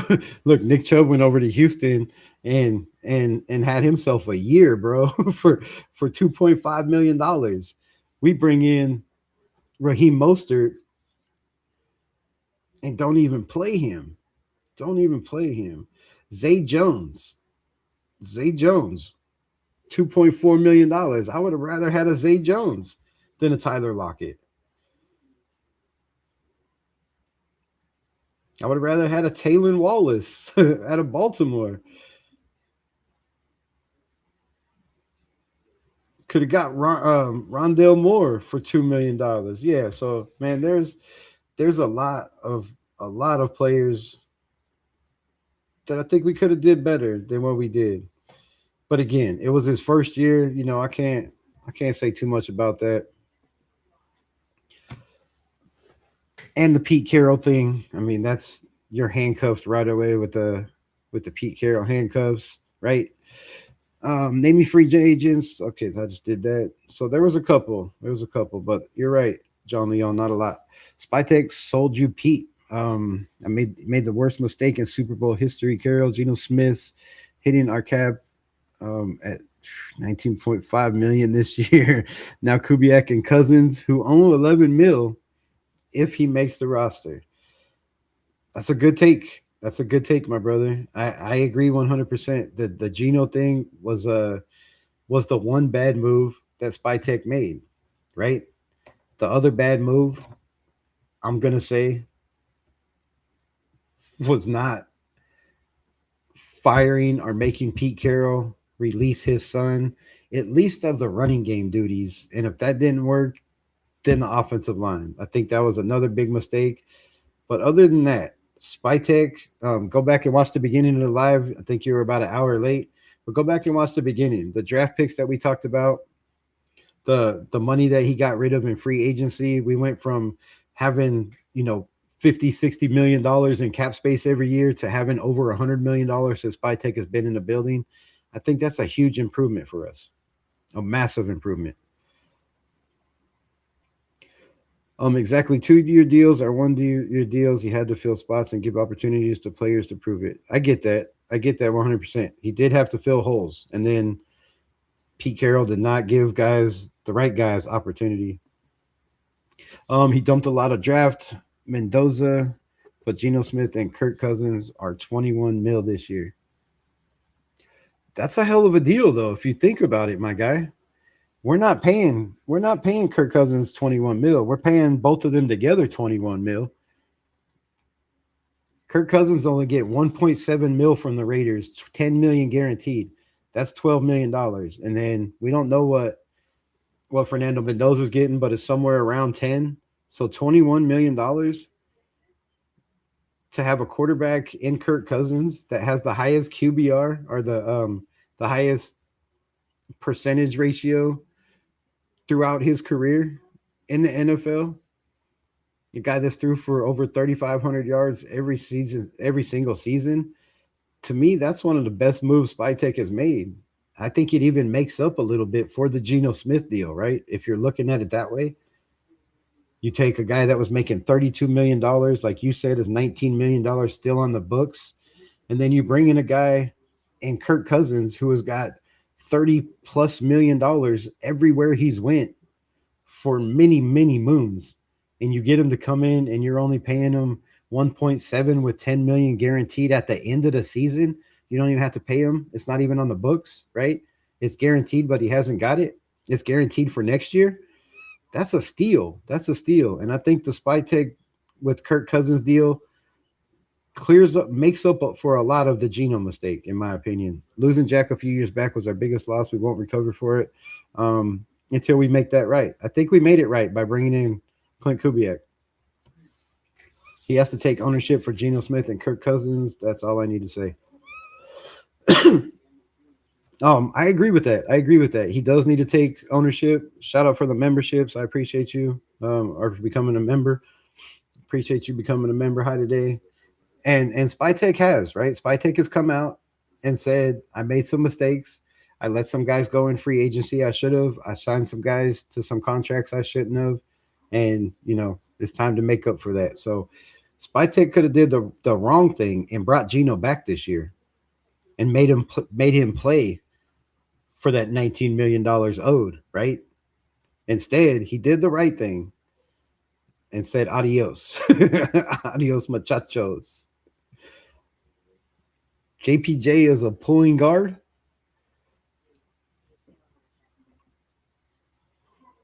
Yes, but is he fast enough and athletic enough to be that in a Clint Kubiak system? I don't know. I don't know if his athleticism, his, short legs and steps are enough. But we shall see. I'm rooting for JPJ, really. I am. You don't want to draft players in the second round because if JPJ doesn't make it, then Spytek looks really, really, really bad. I mean, not Spytek, but Tom Telesco makes that draft look look really, really bad. Right now, that draft is one of the best drafts we've had in a while, from starter wise.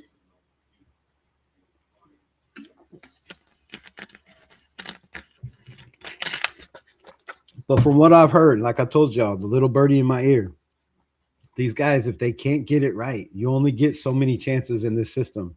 They're only going to give you so many chances to make mistakes, and then you're going to be an example. And I love that. I love that. Um, Doing what Spytek did, I think Spy Design he did. The best of knowing these picks out this year, transactions work. He's a genius. 100%. 100%. If this year, especially if this rebuild comes together, or not rebuild, whatever, this retool or revamp or whatever you want to call it, if it comes together like I think it's going to come together, like I feel in my gut that it's going to, be one of those quick turnarounds, because we spend a lot of money. We had a solid draft. We have a lot of young players that are going to contribute. And now we have 90 something players on the roster that we have to cut down to 54. And I feel like they have a lot of those guys in place, but I'm somewhere around 10 guys that could be battling for spots, and that's all the way down to UDFA. So I love that about this team for once. I didn't realize my membership expires. Sorry, Rebel. What? You let your membership expire? How dare you? That feeds my kids. No, I'm just kidding. My kids are grown. No, I appreciate you being a member, man. Shout out for the eagle. I like that little eagle. That shit's sick. Why can't I put those on the screen? Y'all see it in the chat though? That's pretty cool. Appreciate that eagle. I like that. Freedom, freedom. We need Tom to be our John Lynch. We need Howie to be our Dan Campbell and Mike Ditka. Okay. Okay. I would love Howie Long to come in and coach or to be, a general manager, but he doesn't want that. He's said a million times, kind of like my guy Lincoln Kennedy, right? He just doesn't want that pressure. He doesn't want to be involved in that. He served his time for the Shield, and he's on to bigger and better things. But Howie Long is, when people always ask me who's my favorite Raider, I always say I don't really have one. I'm a Raiders fan. But growing up, when I was younger, it was Howie Long. It was, I was born in 1975. Howie Long wore 75.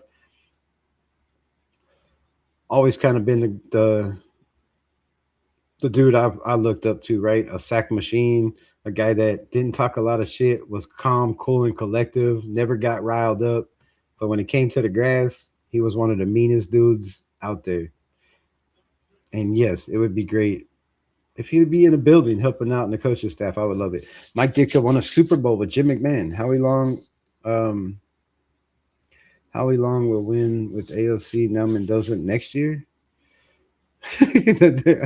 um, Howie Long, I don't know. Like I said, I think he's got a job, and I don't know if he could be like the John Madden type to come in and just turn a franchise around. I know he'd have the respect in the building day one.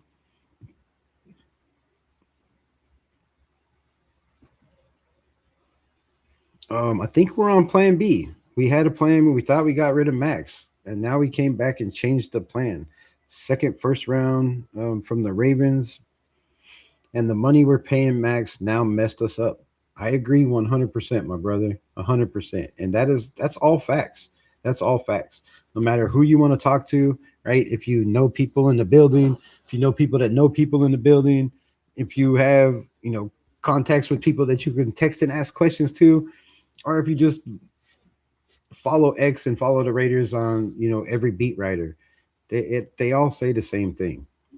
They all say the same thing, right? Max Crosby was the reason it was a rebuild. Max Crosby coming back, not having two picks in the first round, made it not a rebuild. They could have went and got their quarterback and tackle. They could have went and got their quarterback and wide receiver of the future. They could have went and got their replacement for Max Crosby. There was a lot of them in the first round of this year's draft, right? And all those plans changed when the Ravens didn't want Max. And that's another thing you have to look about with John Spytek, right? I feel like he did the right thing. Max wanted out. He didn't want to be here. He wanted to play for a contender. So John Spytek made sure, and Mark Davis made sure that they gave Max Crosby what he wanted. They tried to trade him. It just didn't work out. Didn't work out. But you got to give Spytek credit for having balls enough to be like, okay, I know this is going to hurt to lose Max Crosby, the face of the franchise, the motor of the locker room, the motor on the field, right? The captain, the guy that everybody follows, believes in, and listens to. It's going to be hard to replace that. But John Spytek had the balls enough to say, you know what? Adios, adios. I believe in myself enough to know that I can make the right decisions and still turn this thing around. And now that he's back, it might just be turned around faster. Kirk Cousins is a beast. I'm, you know, I've liked Kirk Cousins his whole career. I just don't like him now that he's a Raider. Call me crazy, call me stupid, man. Call me what you want to, right? Call me anything you want to, except for some things I just won't say on the air. Then we might have a problem. But I've always liked Kirk Cousins, man. I like the way he carries himself. I'm all about talking shit to somebody, right? I'm all about being that dude that's gonna ruffle people's feathers if y'all don't know already, right? I'm all about that. I love that about Kirk Cousins. Just don't love the fact that you're 2 years removed off an Achilles injury. I don't love the fact that you're 38 years old. I don't love the fact that you come in and jump right into the front of the line in front of guys that have been putting in year after year after year being passed up in this organization, and you know who that quarterback is. So I don't like that. But I do know that if Kirk Cousins is healthy and he gets his opportunity with a Clint Kubiak running the show, they're going to put Kurt in the best positions. And you know damn well, unless his time is done, he's going to go out and win and give it everything he's got. and it's and with his eyes closed, it should be better than Geno, right? I mean, even Kurt's worst season was better than Geno's best. Okay, I'm gonna let you slide, Geno Smith. I like that. See, now we're talking. Now we're talking. Um, if Howdy Doody can win a Super Bowl under Kubiak, lots of guys can. Did you call Sam Darnold Howdy Doody? Is that who you're talking about, Sammy D? That's funny shit, my guy. Yes, Ironhead Hayward. And if y'all don't know who that is, do yourself a favor and blend yourself in to the history of the NFL and go look at past film of what it used to be like, right? Of what guys used to be able to be like and used to be able to do. And go back while you're at it and watch guys like John Ritchie right? A guy that bled every single football game because he just led with his head and it smashed into right here. And he had um, a scar that just kept getting picked over and over and over and over again. The bloody machine, right? So, yeah, Ironhead is going to make a difference. Am I that far behind in this chat? I'm never going to get the hell out of here. Marvin Hubbard, Alex Ingold as well. There we go.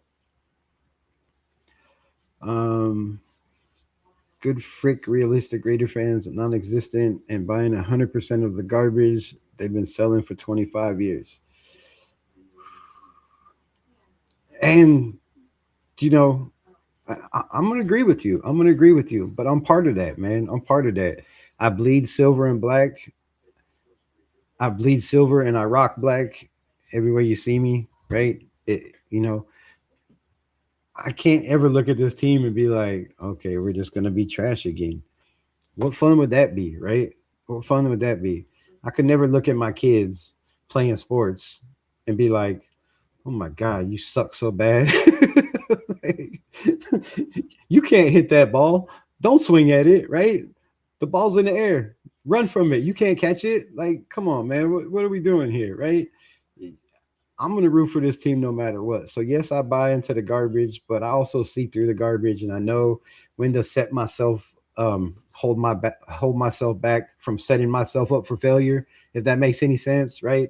I know when to believe all in and be like, okay, I truly believe that this is a 10 or 12 win, team, or to be like, this is what we could be. And if it doesn't happen, it's no big deal. It's no big deal. They already said it's a rebuild. Nobody's trying to win right now, which is pitiful if that's the case, because you should be trying to win every game. So, yes, buying into the garbage, I get it. And there's a lot of Raider fans that do, and there's a lot of Raider fans that are tired of it. And I think that's the main reason why Raider Nation right now is divided. And half of us say, oh, it's a complete rebuild and we don't have the weapons to win. Like, people that say that, if you're out there in the chat, please let me know what we need still.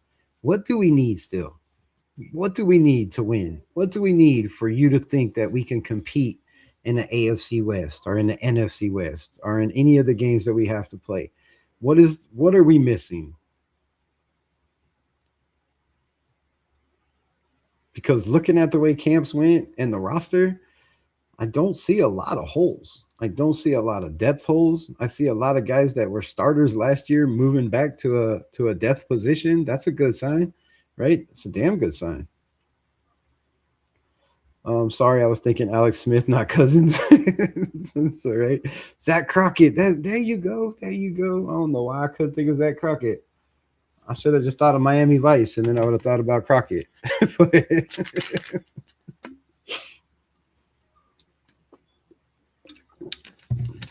Zach Crockett. Yes. See, my guy knows his history. When the Raiders have a fullback, look at their record. Just go back and look at their record when they have fullbacks, when they have running games. Matter of fact, go back and look at Aiden O'Connell's record when he has a running game. 7-1, should be 8-0. Says a lot about this team. I got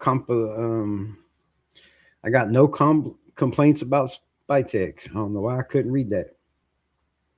Nice to hear. Yeah, I have a couple, but you should have some questions about, some of the things he did. But if you have no questions, I mean, that's a damn good sign, right? Because it's not too many times where you're like, I'm good. Just let the man cook, right? Let the chef do his thing.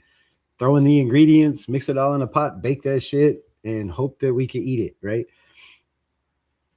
Agreed. That's why we were shitty. Facts. Julian Edelman, 5'6", a dog, an absolute dog. Man, these questions are gonna take forever. We should never be good with wide receiver.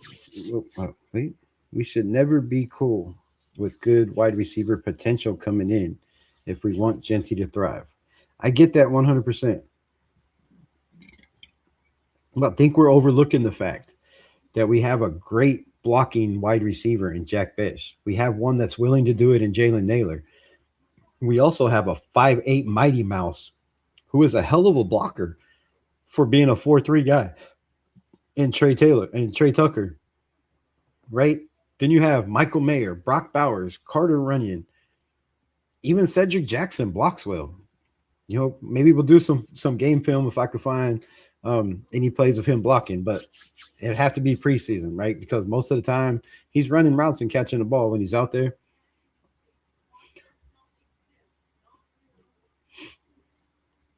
But that's another name, bro. Cedric Jackson, another guy that could easily make this roster.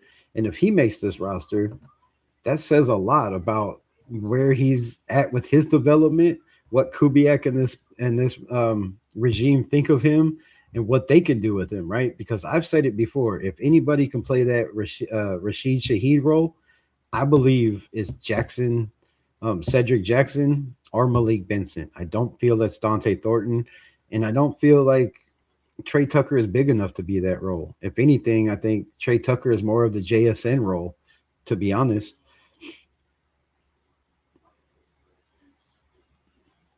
But you really have to go off potential, right? Because what else do we have to go off of? We know what Trey Tucker can do, but we don't know what he can do in a great offensive system, and we're about to find out. We know a little bit about Jack Best. We've seen what he did in college. We've seen what he did with the opportunities he got. 20 catches on 29 targets. That's a hell of a percentage, bro. That's a hell of a percentage, right? So, but if you look at any other team, unless that those wide receivers were on the team the year before, or they were a big name wide receiver like a Stephon Diggs or a Tyreek Hill that goes to another team, you really don't know what you have, right? You don't know what you have in Jalen Naylor being a number one. There could be a possibility that Jalen Naylor was being slept on the whole time in Minnesota. There's also that possibility that look at who was throwing Jalen Naylor the ball. He had a damn good year with Sam Darnold. The following year with JJ McCarthy. Who else did they have? Bozemeyer, I do believe. JJ McCarthy, Bozemeyer, and Carson Wentz. Carson Wentz? You're telling me Kirk Cousins ain't better than all three of those put together? Then I want some of what you're smoking, bro. You know what I mean? Quarterback play makes a huge difference. Trey Taylor, I mean, why do I keep calling him Trey Taylor? Trey Tucker had almost 700 yards last year on 56 catches with Geno Smith throwing him the ball and Kenny Pickett. Imagine what he could do with a guy that's accurate, has been accurate through his career, has the highest quarterback rating for a career. I think that says a lot of what this team can do. Devontae Smith for what? What they trading for? A lot. Drafting through reactions, etc., just to get good receivers in the building. Definitely need good receivers in the building. Seattle ranks 5th in the NFL in yards per passing attempt. They weren't dink and dunk.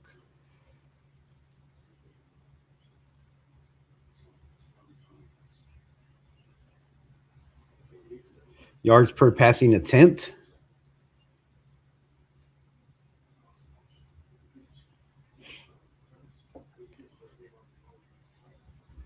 All right.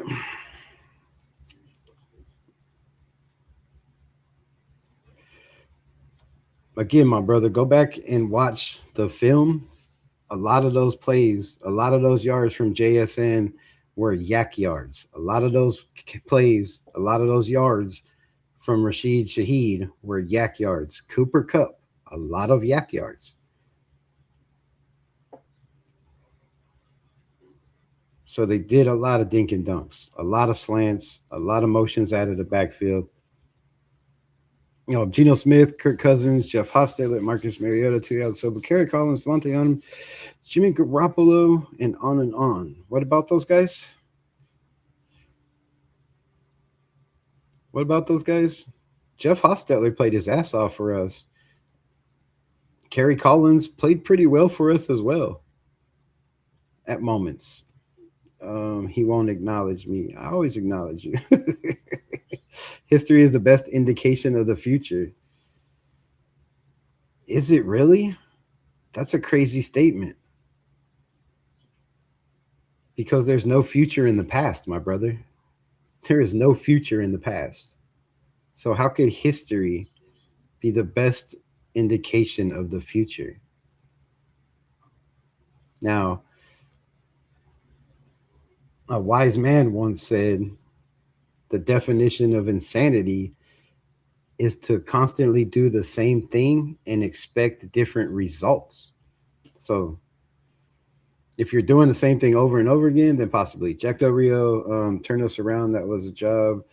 Chucky was hired to take us to the next level, and he did that for a minute. Exactly, was unfortunate for Del Rio, but it was a no-brainer. How was it a no-brainer? They were 12-5. The team slacked a little bit the following year.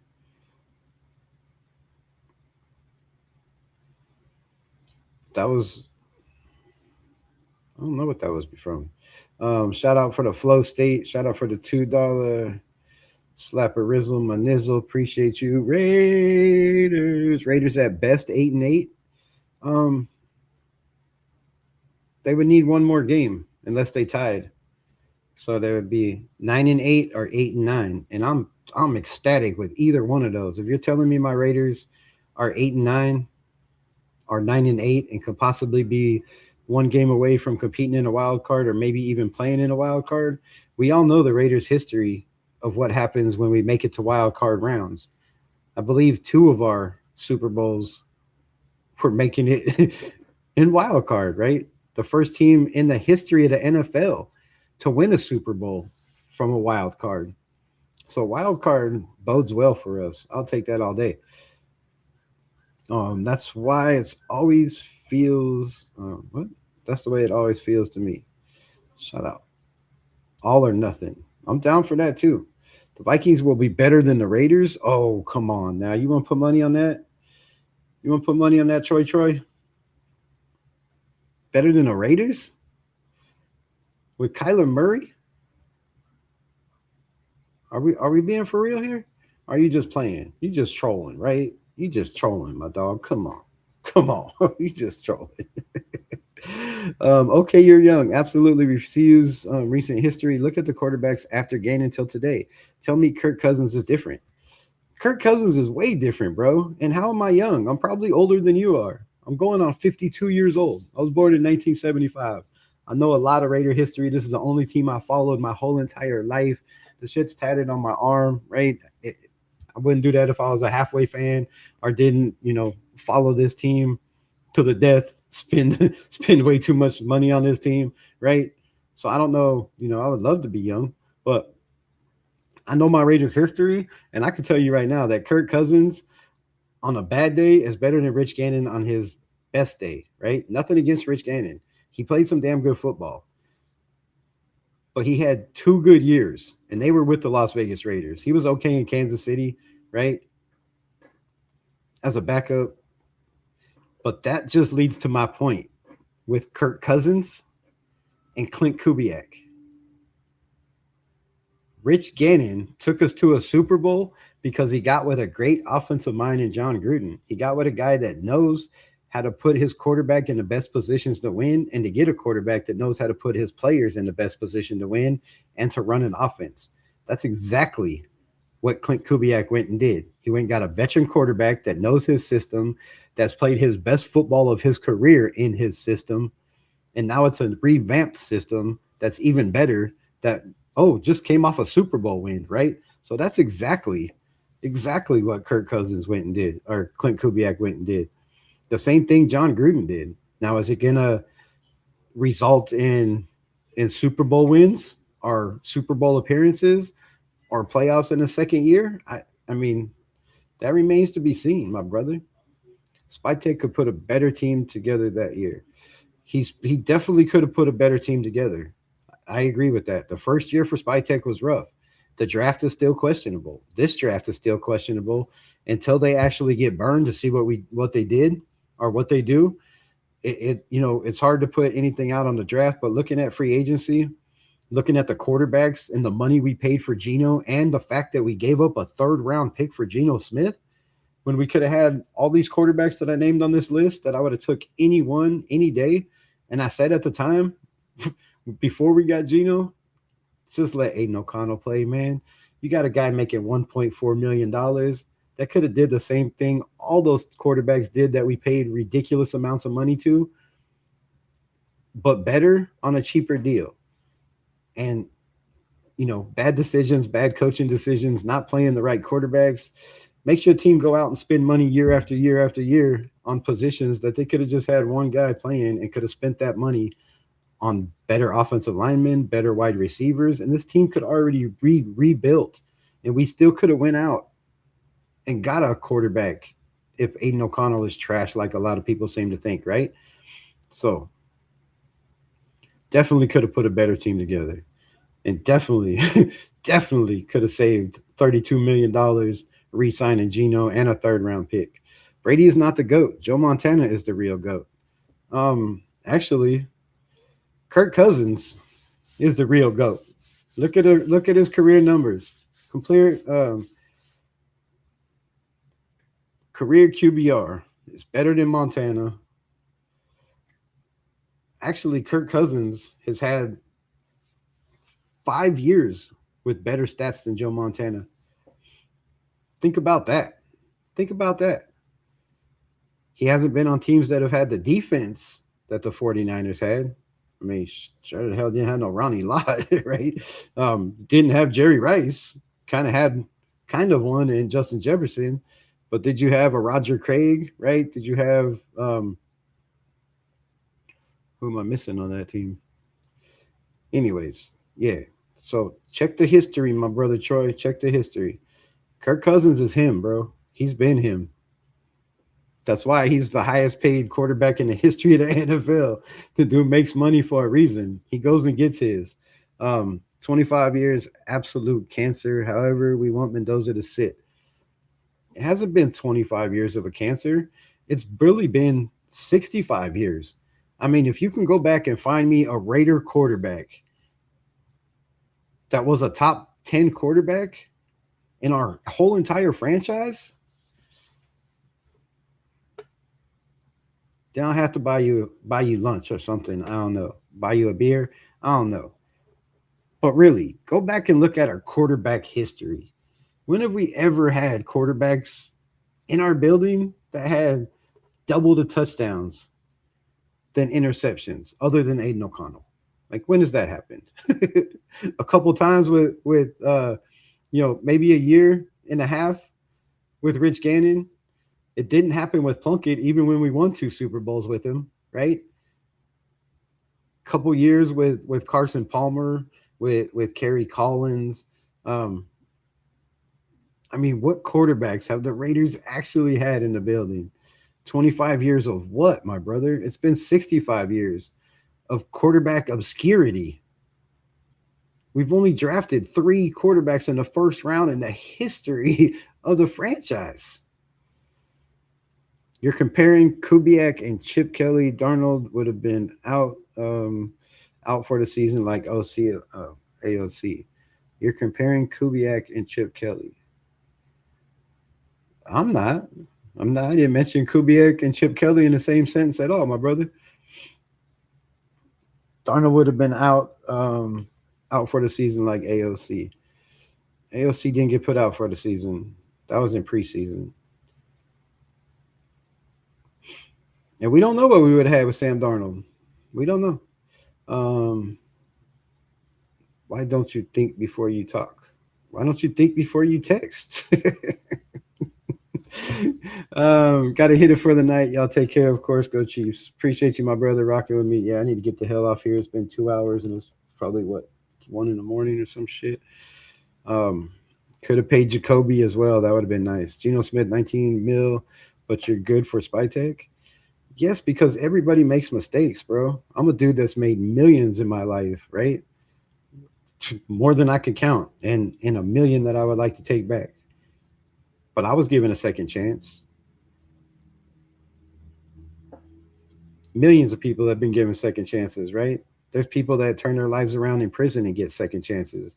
But you don't think a guy that made one mistake because he hired a head coach that maybe wasn't even his decision, it was Mark Davis's decision that wanted that wanted Pete Carroll.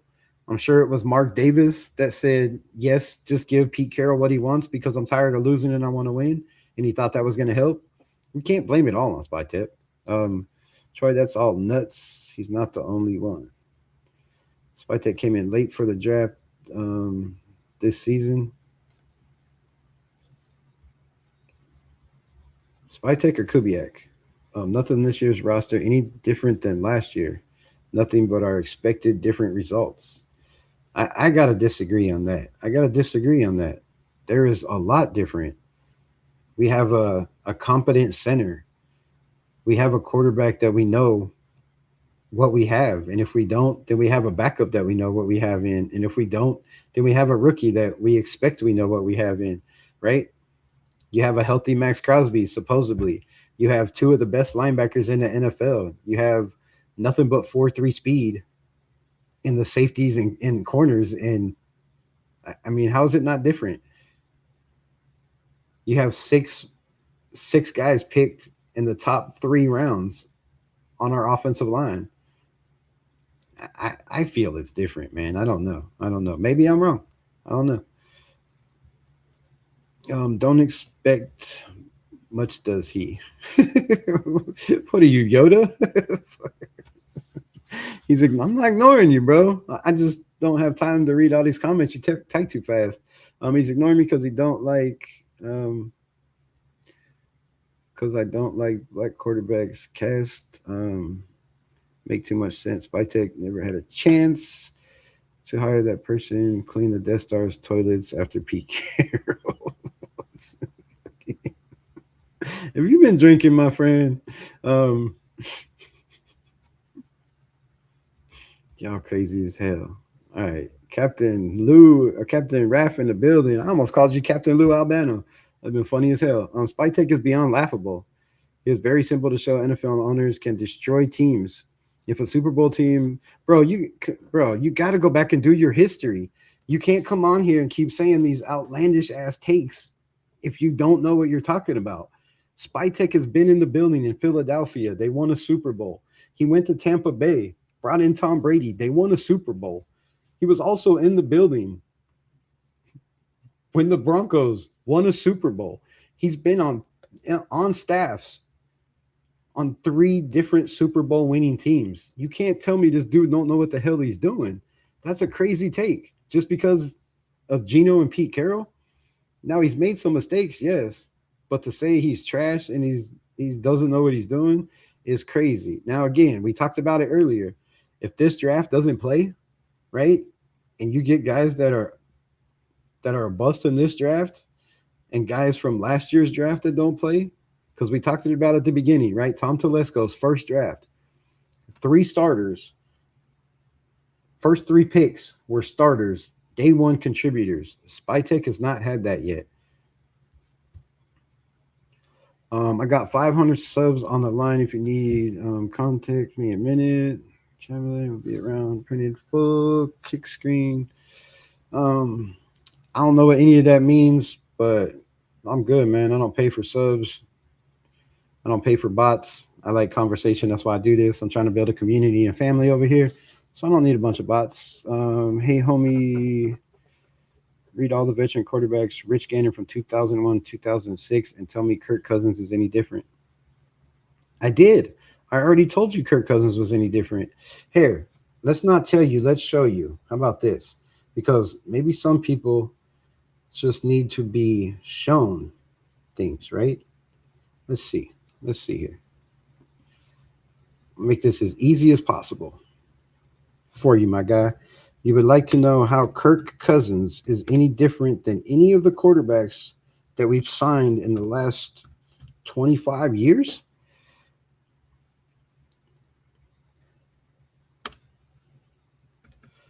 I got you. I got you. Got you. I got you. I got you. Oh, I got you.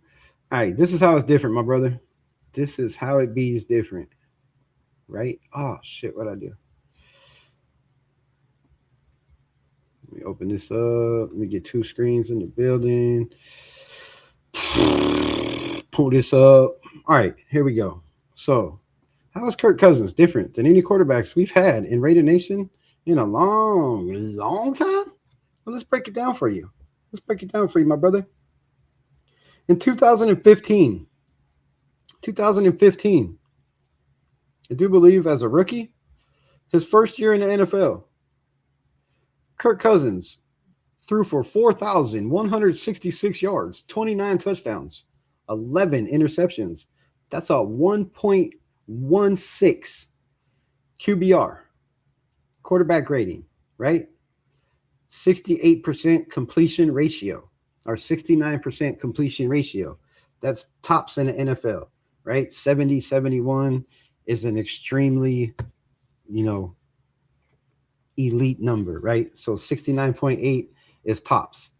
The following year, second year in the NFL, he throws for 4,917 yards, 25 touchdowns, 12 interceptions with a 97.2 quarterback quarterback rating with a completion percentage of 67.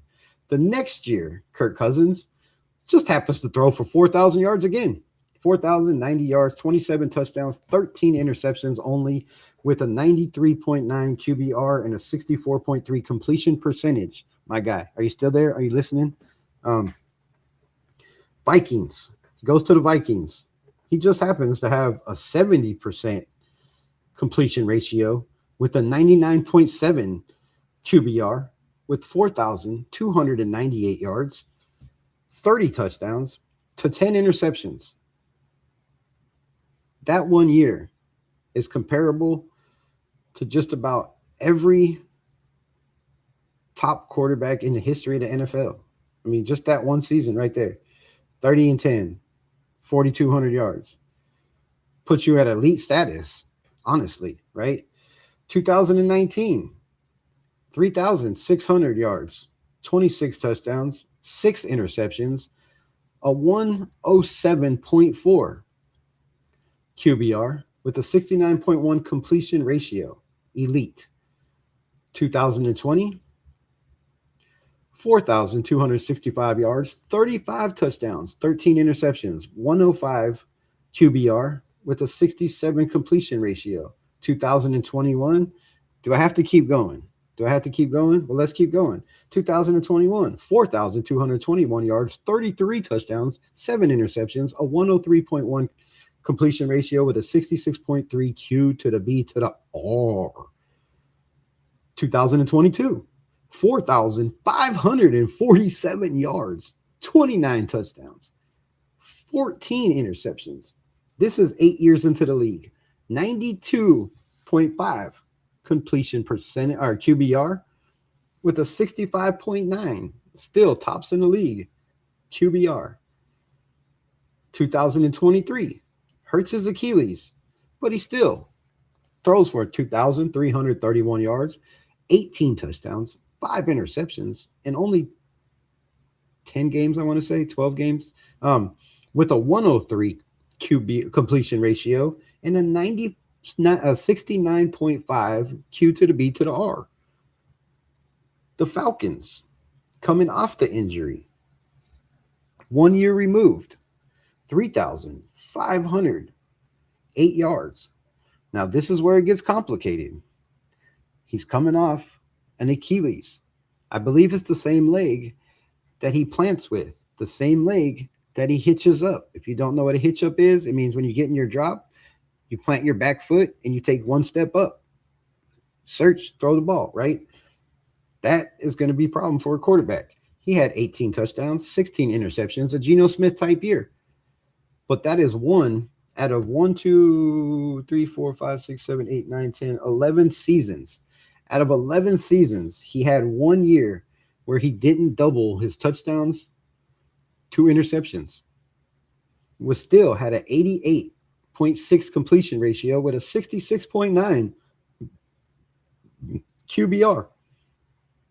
Last year, he only played in 5 or 6 games. He had 10 touchdowns, 5 interceptions, 1,721 yards with an 84.8 completion ratio or QBR and a 61.7.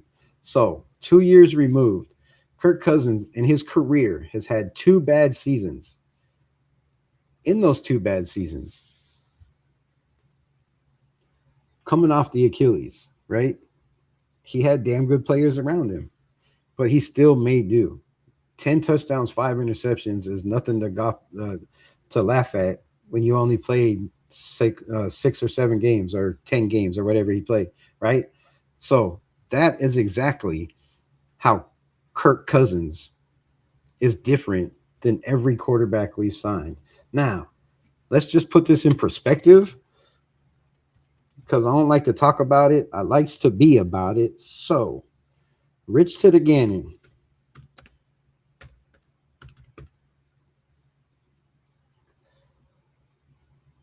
Spelled that wrong. No, I spelled it right. What the hell? Gannon career stats. Enter.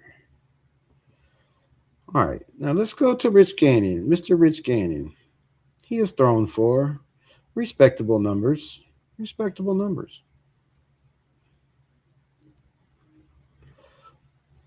But let's go to the beginning. First year in Minnesota, same place Kirk Cousins played, right? He had 18 yards, 1 interception. The following year, he was a backup. That's right, not a starter. 90 yards. Then he finally got to play a little bit in Minnesota. He played in 14 games, right? He had a 52.1 completion percentage. That's 12 below any season that Kirk Cousins has ever had. This is our great Rich Gannon, right? 12 touchdowns, 6 interceptions. His long was 50. He was sacked 19 times, or sacked 34 times. The following year, he gets to play 15 games. He has 2,166 yards, 12 touchdowns, 6 interceptions, 19 sacks. The following year, he plays 12 games. He has less than 2,000 yards. The next year, he plays 8 games. The next year, he plays 2 games.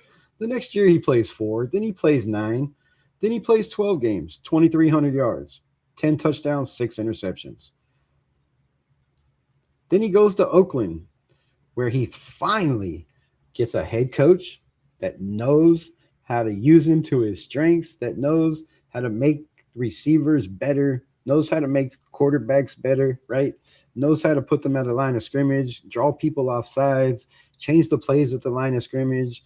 And this is where the great Rich Gannon was born. 16 games,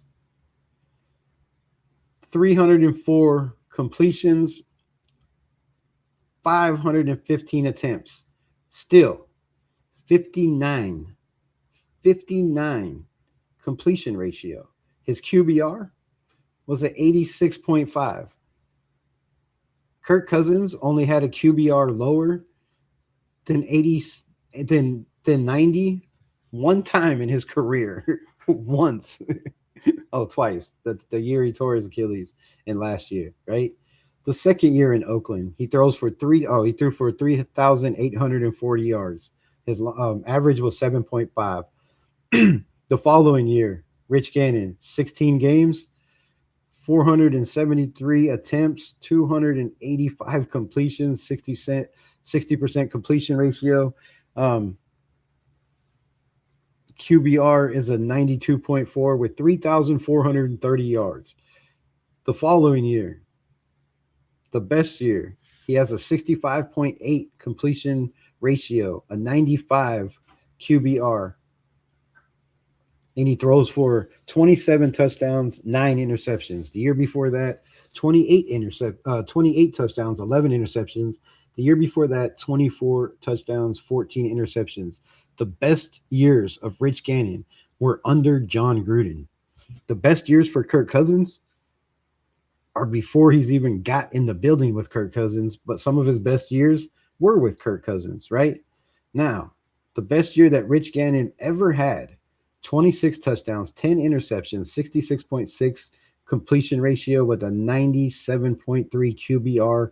That was the year we went to the Super Bowl. The very next year, He played 7 games. The following year, he played 3 games. Rich Gannon, you're saying because he took us to a Super Bowl was the greatest thing since sliced bread on our team. But I don't think you know your history, my brother, and no disrespect.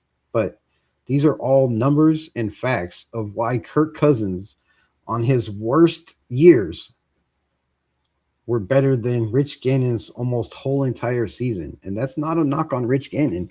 That's a player like Aiden O'Connell being in the wrong systems, getting hurt at the wrong times, not being able to stay healthy and be out there, and not having consistency in your coaching staff, in your offensive coaching, 2 coaches every year.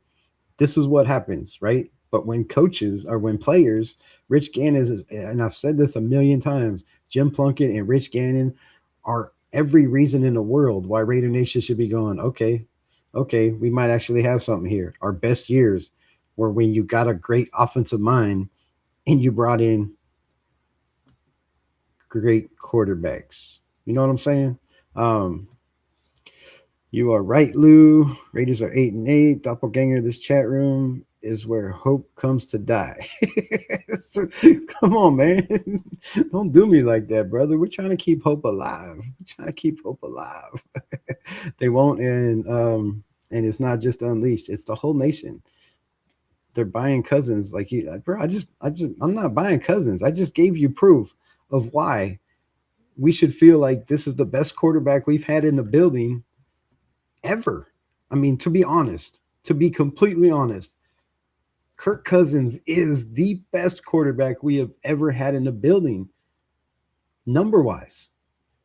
And it's not even close. You can go back and look at Kenny Stabler and shit. Matter of fact, let's not talk about it. Let's be about it, right? Let's be about it. Who is your greatest quarterback in Raiders history? Let me know. Let me know.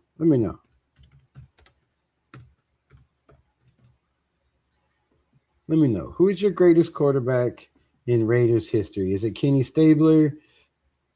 Is it Jim Plunkett?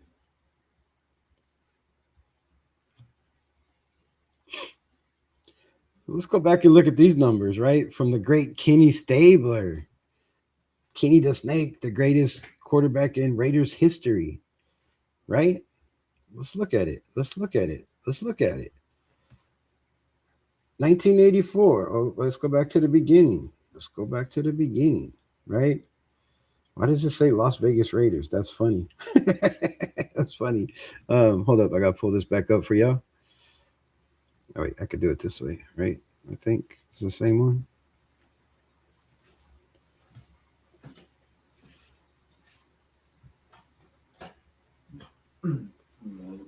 Love you.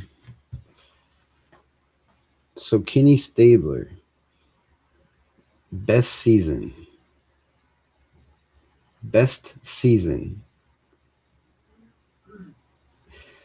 was right here. 1979. He threw for 457 attempts, 293 completions, a 64.1 completion percentage with 3,615 yards. His best season. Touchdowns that year? Do you want to know? You want to know, Raider fans? Because I don't think people break down the history like this, right? I told you, I bleed this shit. Silver and black, baby. Bleed this shit. Kenny Stabler, the greatest quarterback to ever walk the face of Raider Nation. Best year was 3,615 yards with 26 touchdowns and 22 fucking interceptions. 22. Flipping, sorry, excuse my language. 22 interceptions. That was the best year. The best year of Kenny Stabler. He had an okay year where he had 26 touchdowns, 12 interceptions, 2,469 yards. That's an Aiden O'Connell type season. We haven't had quarterbacks in the history of Raider Nation. There's a reason this franchise is in the dumps. There's a reason this franchise has not won shit in 40 years. And it's not because of all the staff. It's not because of the players in the building. It's not because of Derek Carr. It's not because of hiring Devontae Adams, right? It's none of that. It's the fact that we have never had a serious franchise quarterback like a Joe Montana, like a to, anybody, Peyton Manning, right? Kirk Cousins is the closest thing Raider Nation has ever had to a great, consistent quarterback. As much as I hate to say it, right? As much as I hate to say it, the numbers don't lie. We have the best quarterback that we have ever had in the building. Now, granted, he's 38 years old, but damn it, Rich Gannon wasn't a spring chicken when he came to the Raiders either, right? Jim Plunkett was not a spring chicken when he came to the Raiders either. So, all I'm saying is if we're going to come up here and act like I don't listen to people and I'm biased and I'm not hearing what y'all saying, the facts are right here on the screen. I think we have the best offense in Raider Nation history. I wouldn't disagree with that. I mean, it's hard to beat the Tim Brown and the Jerry Rice years, right? That was a nasty, nasty year, right? It's hard to beat. It's even hard to beat the years where Jim Plunkett won the Super Bowl, right? Those were some damn good teams. But looking at, a Bo Marcus type running back in Ashton Genty, yes, I said it, right? Looking at Kirk Cousins being the best quarterback we've possibly ever had in this damn building.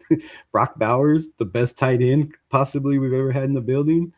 I mean, yeah, it very well could be. It very well could be. Now we got to put it all together.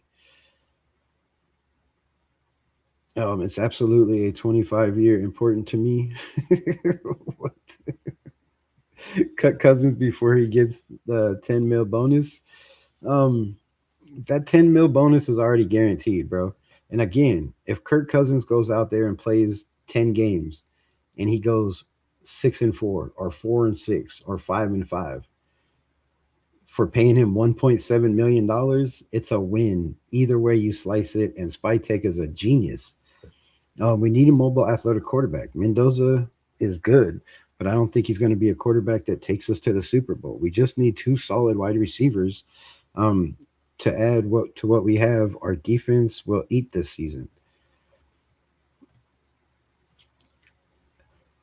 I like pretty much everything you said, right? But if you're looking me to create all these comments, I can't do it. Like, I know Mendoza has enough mobility to be just fine in the NFL. His size alone at 6'5" and 200 and close to 40 pounds is a nightmare to try to tackle, right? He's going to be physical. He knows when to run, right? He's not just going to run because he gets scared in the pocket or, a deer in the headlights, which we've seen in college. But I believe that's why he's not starting day one. They're trying to get rid of all these weaknesses. But I feel we have to go through free agency through spring training, through camp, in the preseason, and see what we have in the receivers in the building before we go crazy and get anybody. Get a couple young offensive linemen for 10 mil. We have that. We have JPJ. We have Charles Grant. We have Caleb Rogers. We have Trey Zune. All these guys are second and third round picks. We have more second, third, and first round picks on our offensive line than any team in the NFL, except for two, I think. And we're still above them. I think we have the best offense. I like that. Dump Max if we can get a first rounder. They tried to dump Max. See, you don't like Spytek, but he tried to do the one thing that you want him to do and get rid of Max and get us a first round pick. It wasn't his fault. It backfired. Genty will kill this season. Spytek did good this offseason. Kubiak will do what Ben Johnson has done and turn the team around. I love this comment. And that's what I'm banking on, right? I'm looking at Clint Kubiak and saying he did more as an offensive coordinator than Ben Johnson ever did. Yes, Ben Johnson took the Lions to the playoffs, but you look at the roster and how much they were paid compared to what Seattle's roster offensively was paid when Clint Kubiak took them to the Super Bowl. It's a huge difference. So I believe Clint Kubiak could be better than Ben Johnson as a head coach. And I really feel like he was a better offensive coordinator, right? I mean, just look at the numbers. You can go back and compare them. LaMonica and Tim Brown, Plunkett and Jack Tatum, Fred Biletnikoff. Calm down. We got Devontae Adams, Jimmy Garoppolo. Fast forward, we got Kirk Cousins and Beck. I hear you, my brother. I hear you. But we can't change the history. You can't bring Tim Brown back. Like, you want to talk about LaMonica? Let's pull those stats up too, because this is one I love to do. This is one of my favorites right here. And I hate doing this to my Raider peoples, because I'm a big Daryl LaMonica fan, just like everybody was.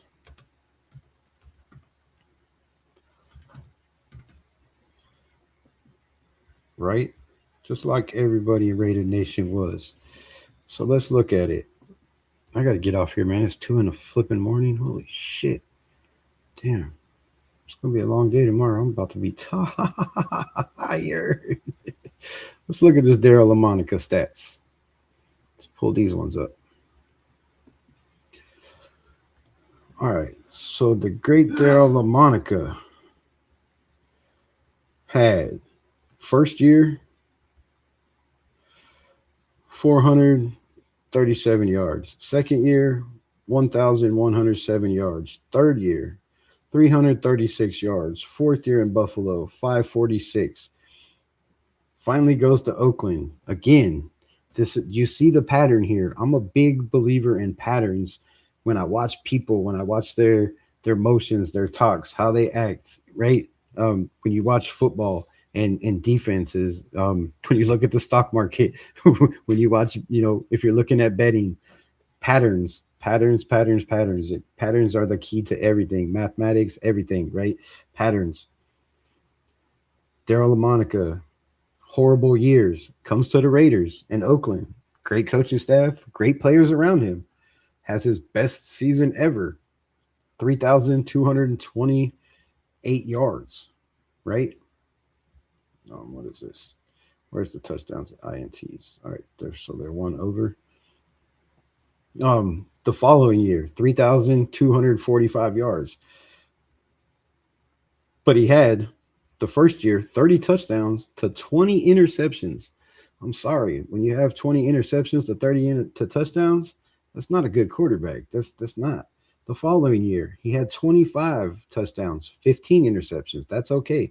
3,245 yards with a 49.5 QBR. That's lower than Aiden O'Connell.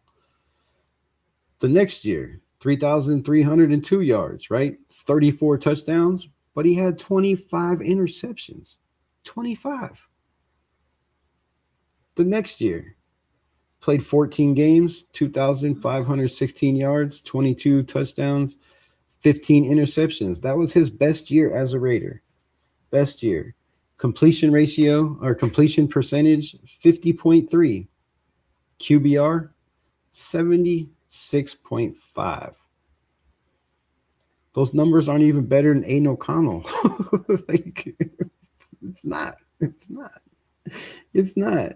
That's his best years. You see the numbers, they're on the screen, right? Now, Tim Brown, I can't say nothing about Timmy B. But come on, man. Let's not keep doing this. Let's not keep doing this. Because this is just looking bad constantly. Nope, Plunkett has 2 rings. No, Plunkett does not have 2 rings. He won 2 Super Bowls. But those 21 players around him also have 2 rings, and all the backups that contributed. Jim Plunkett didn't go out and win 2 Super Bowls. Jim Plunkett had a great team around him, a great running game, very good offensive line, weapons galore to throw the ball to, and the nastiest defense in the NFL.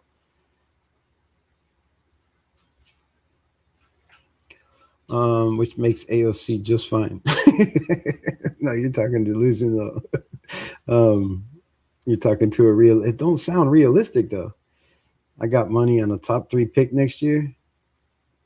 Okay, okay. Cousins playoff record 1-3. Rich Gannon 5-5. And a Super Bowl appearance. You're destroying your channels single handedly by saying Cousins is better than Gannon. Bro, if I thought if you do you see me worried about destroying my channel or what people think, there's been 16 people in here watching for the last hour and a half, bro. Right? Everybody's commenting, they got their own takes. The numbers don't lie. Just because Rich Gannon had better teams around him, maybe better coaching. I mean, John Gruden compared to who was the coach in Minnesota when he was there? Hold up, I'll have to look that up. I'll have to look that up. Joe Montana played when they let. That is a fact. Joe Montana did play when they let you hit the quarterback. Bush Raider in the building. What's good, my brother?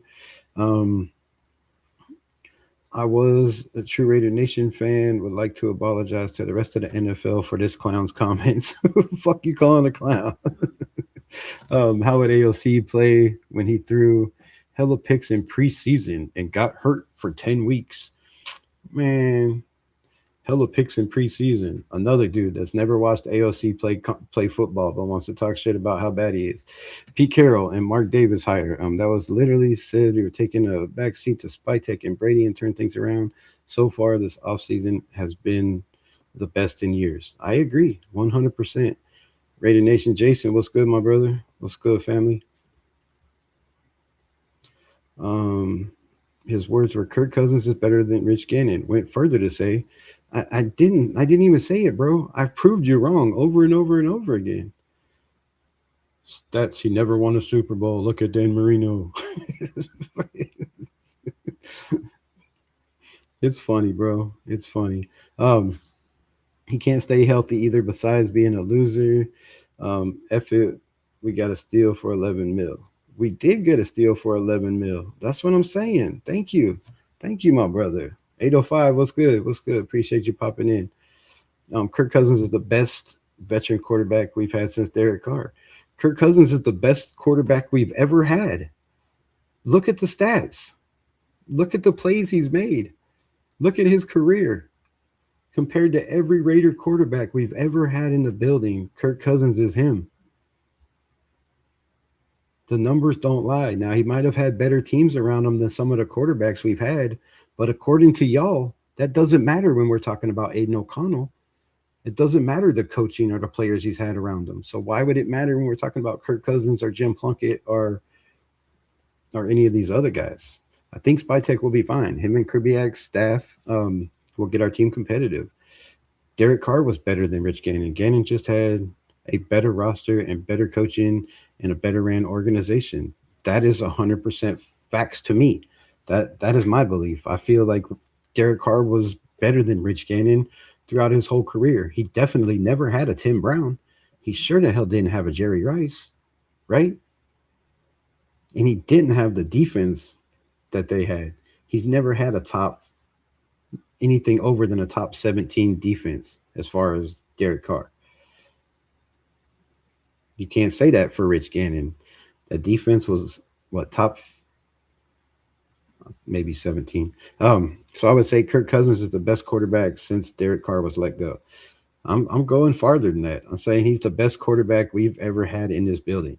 We got Garner and Crockett back then as well. And yes, Charlie Garner was nasty. Zach Crockett was nasty.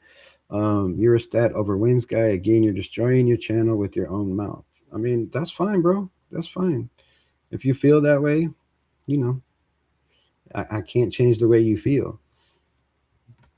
But a stat guy over wins guys, that's not what we're talking about. You said you didn't bring up wins or Super Bowls. You said Kirk Cousins is the worst quarterback that we've had since Derek Carr.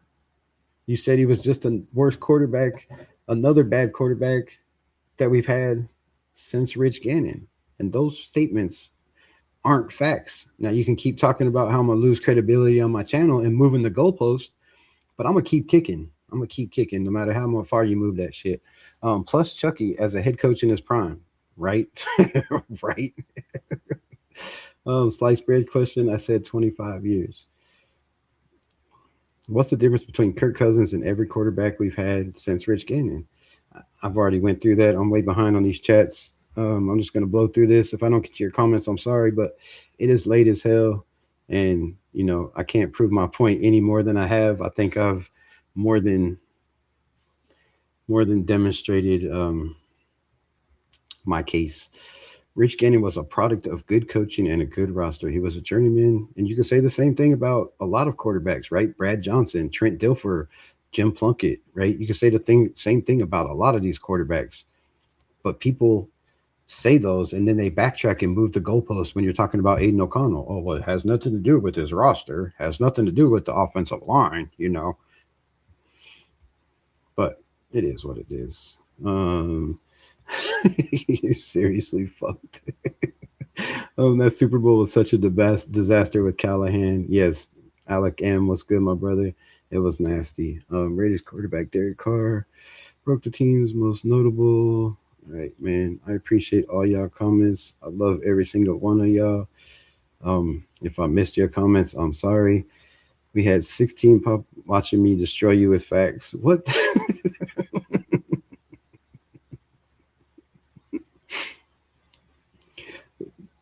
Yeah, he is, bro. Look at the numbers. Look at the numbers. You want me to show you Joe Montana's numbers? Let me show you Joe Montana's. We have to do that before we leave too. I could do this all day. I'm very confident in what I'm saying, my brother. I wouldn't be sitting here arguing with you if I wasn't.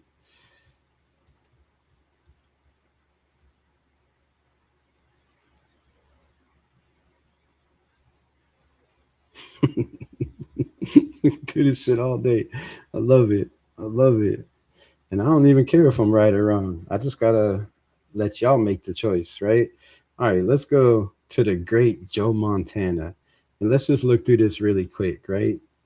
It took him 3 years in the NFL before he threw for 3,553 yards. Kirk Cousins threw for 4,000 yards in his first 3 seasons.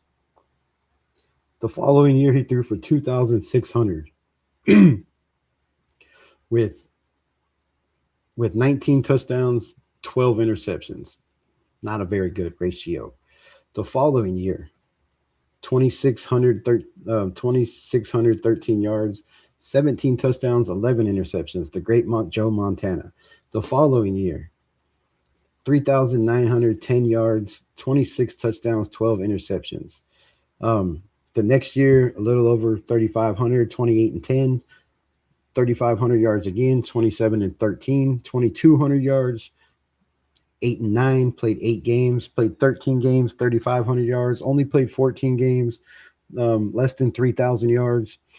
His best year, touchdown to interception ratio for Joe Montana was 31 and 13 with 3,000 yards, a 66.6 completion ratio with a 102 QBR. Kirk Cousins has had over a 100 QBR 7 times in his career. He has thrown for over 4,000 yards,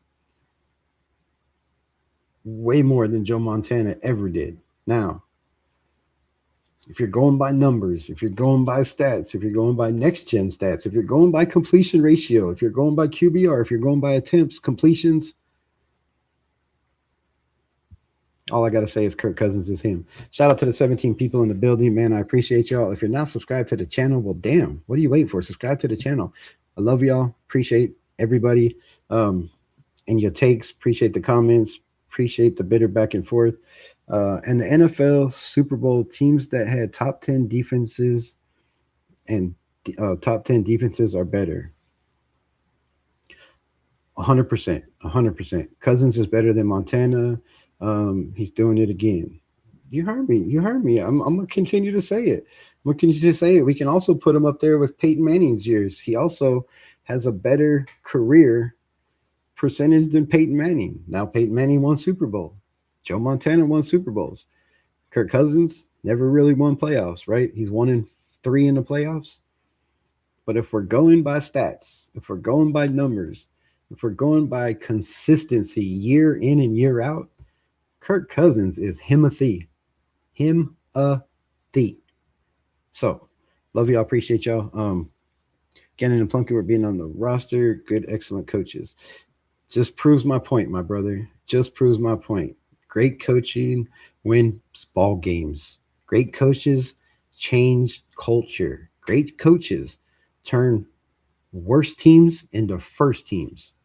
Great coaches get the best out of their players that other coaches can't get. And with that, I'm out. Protect yourself, your mind, and your family, and always hold a commitment to yourself and just win, baby. Peace.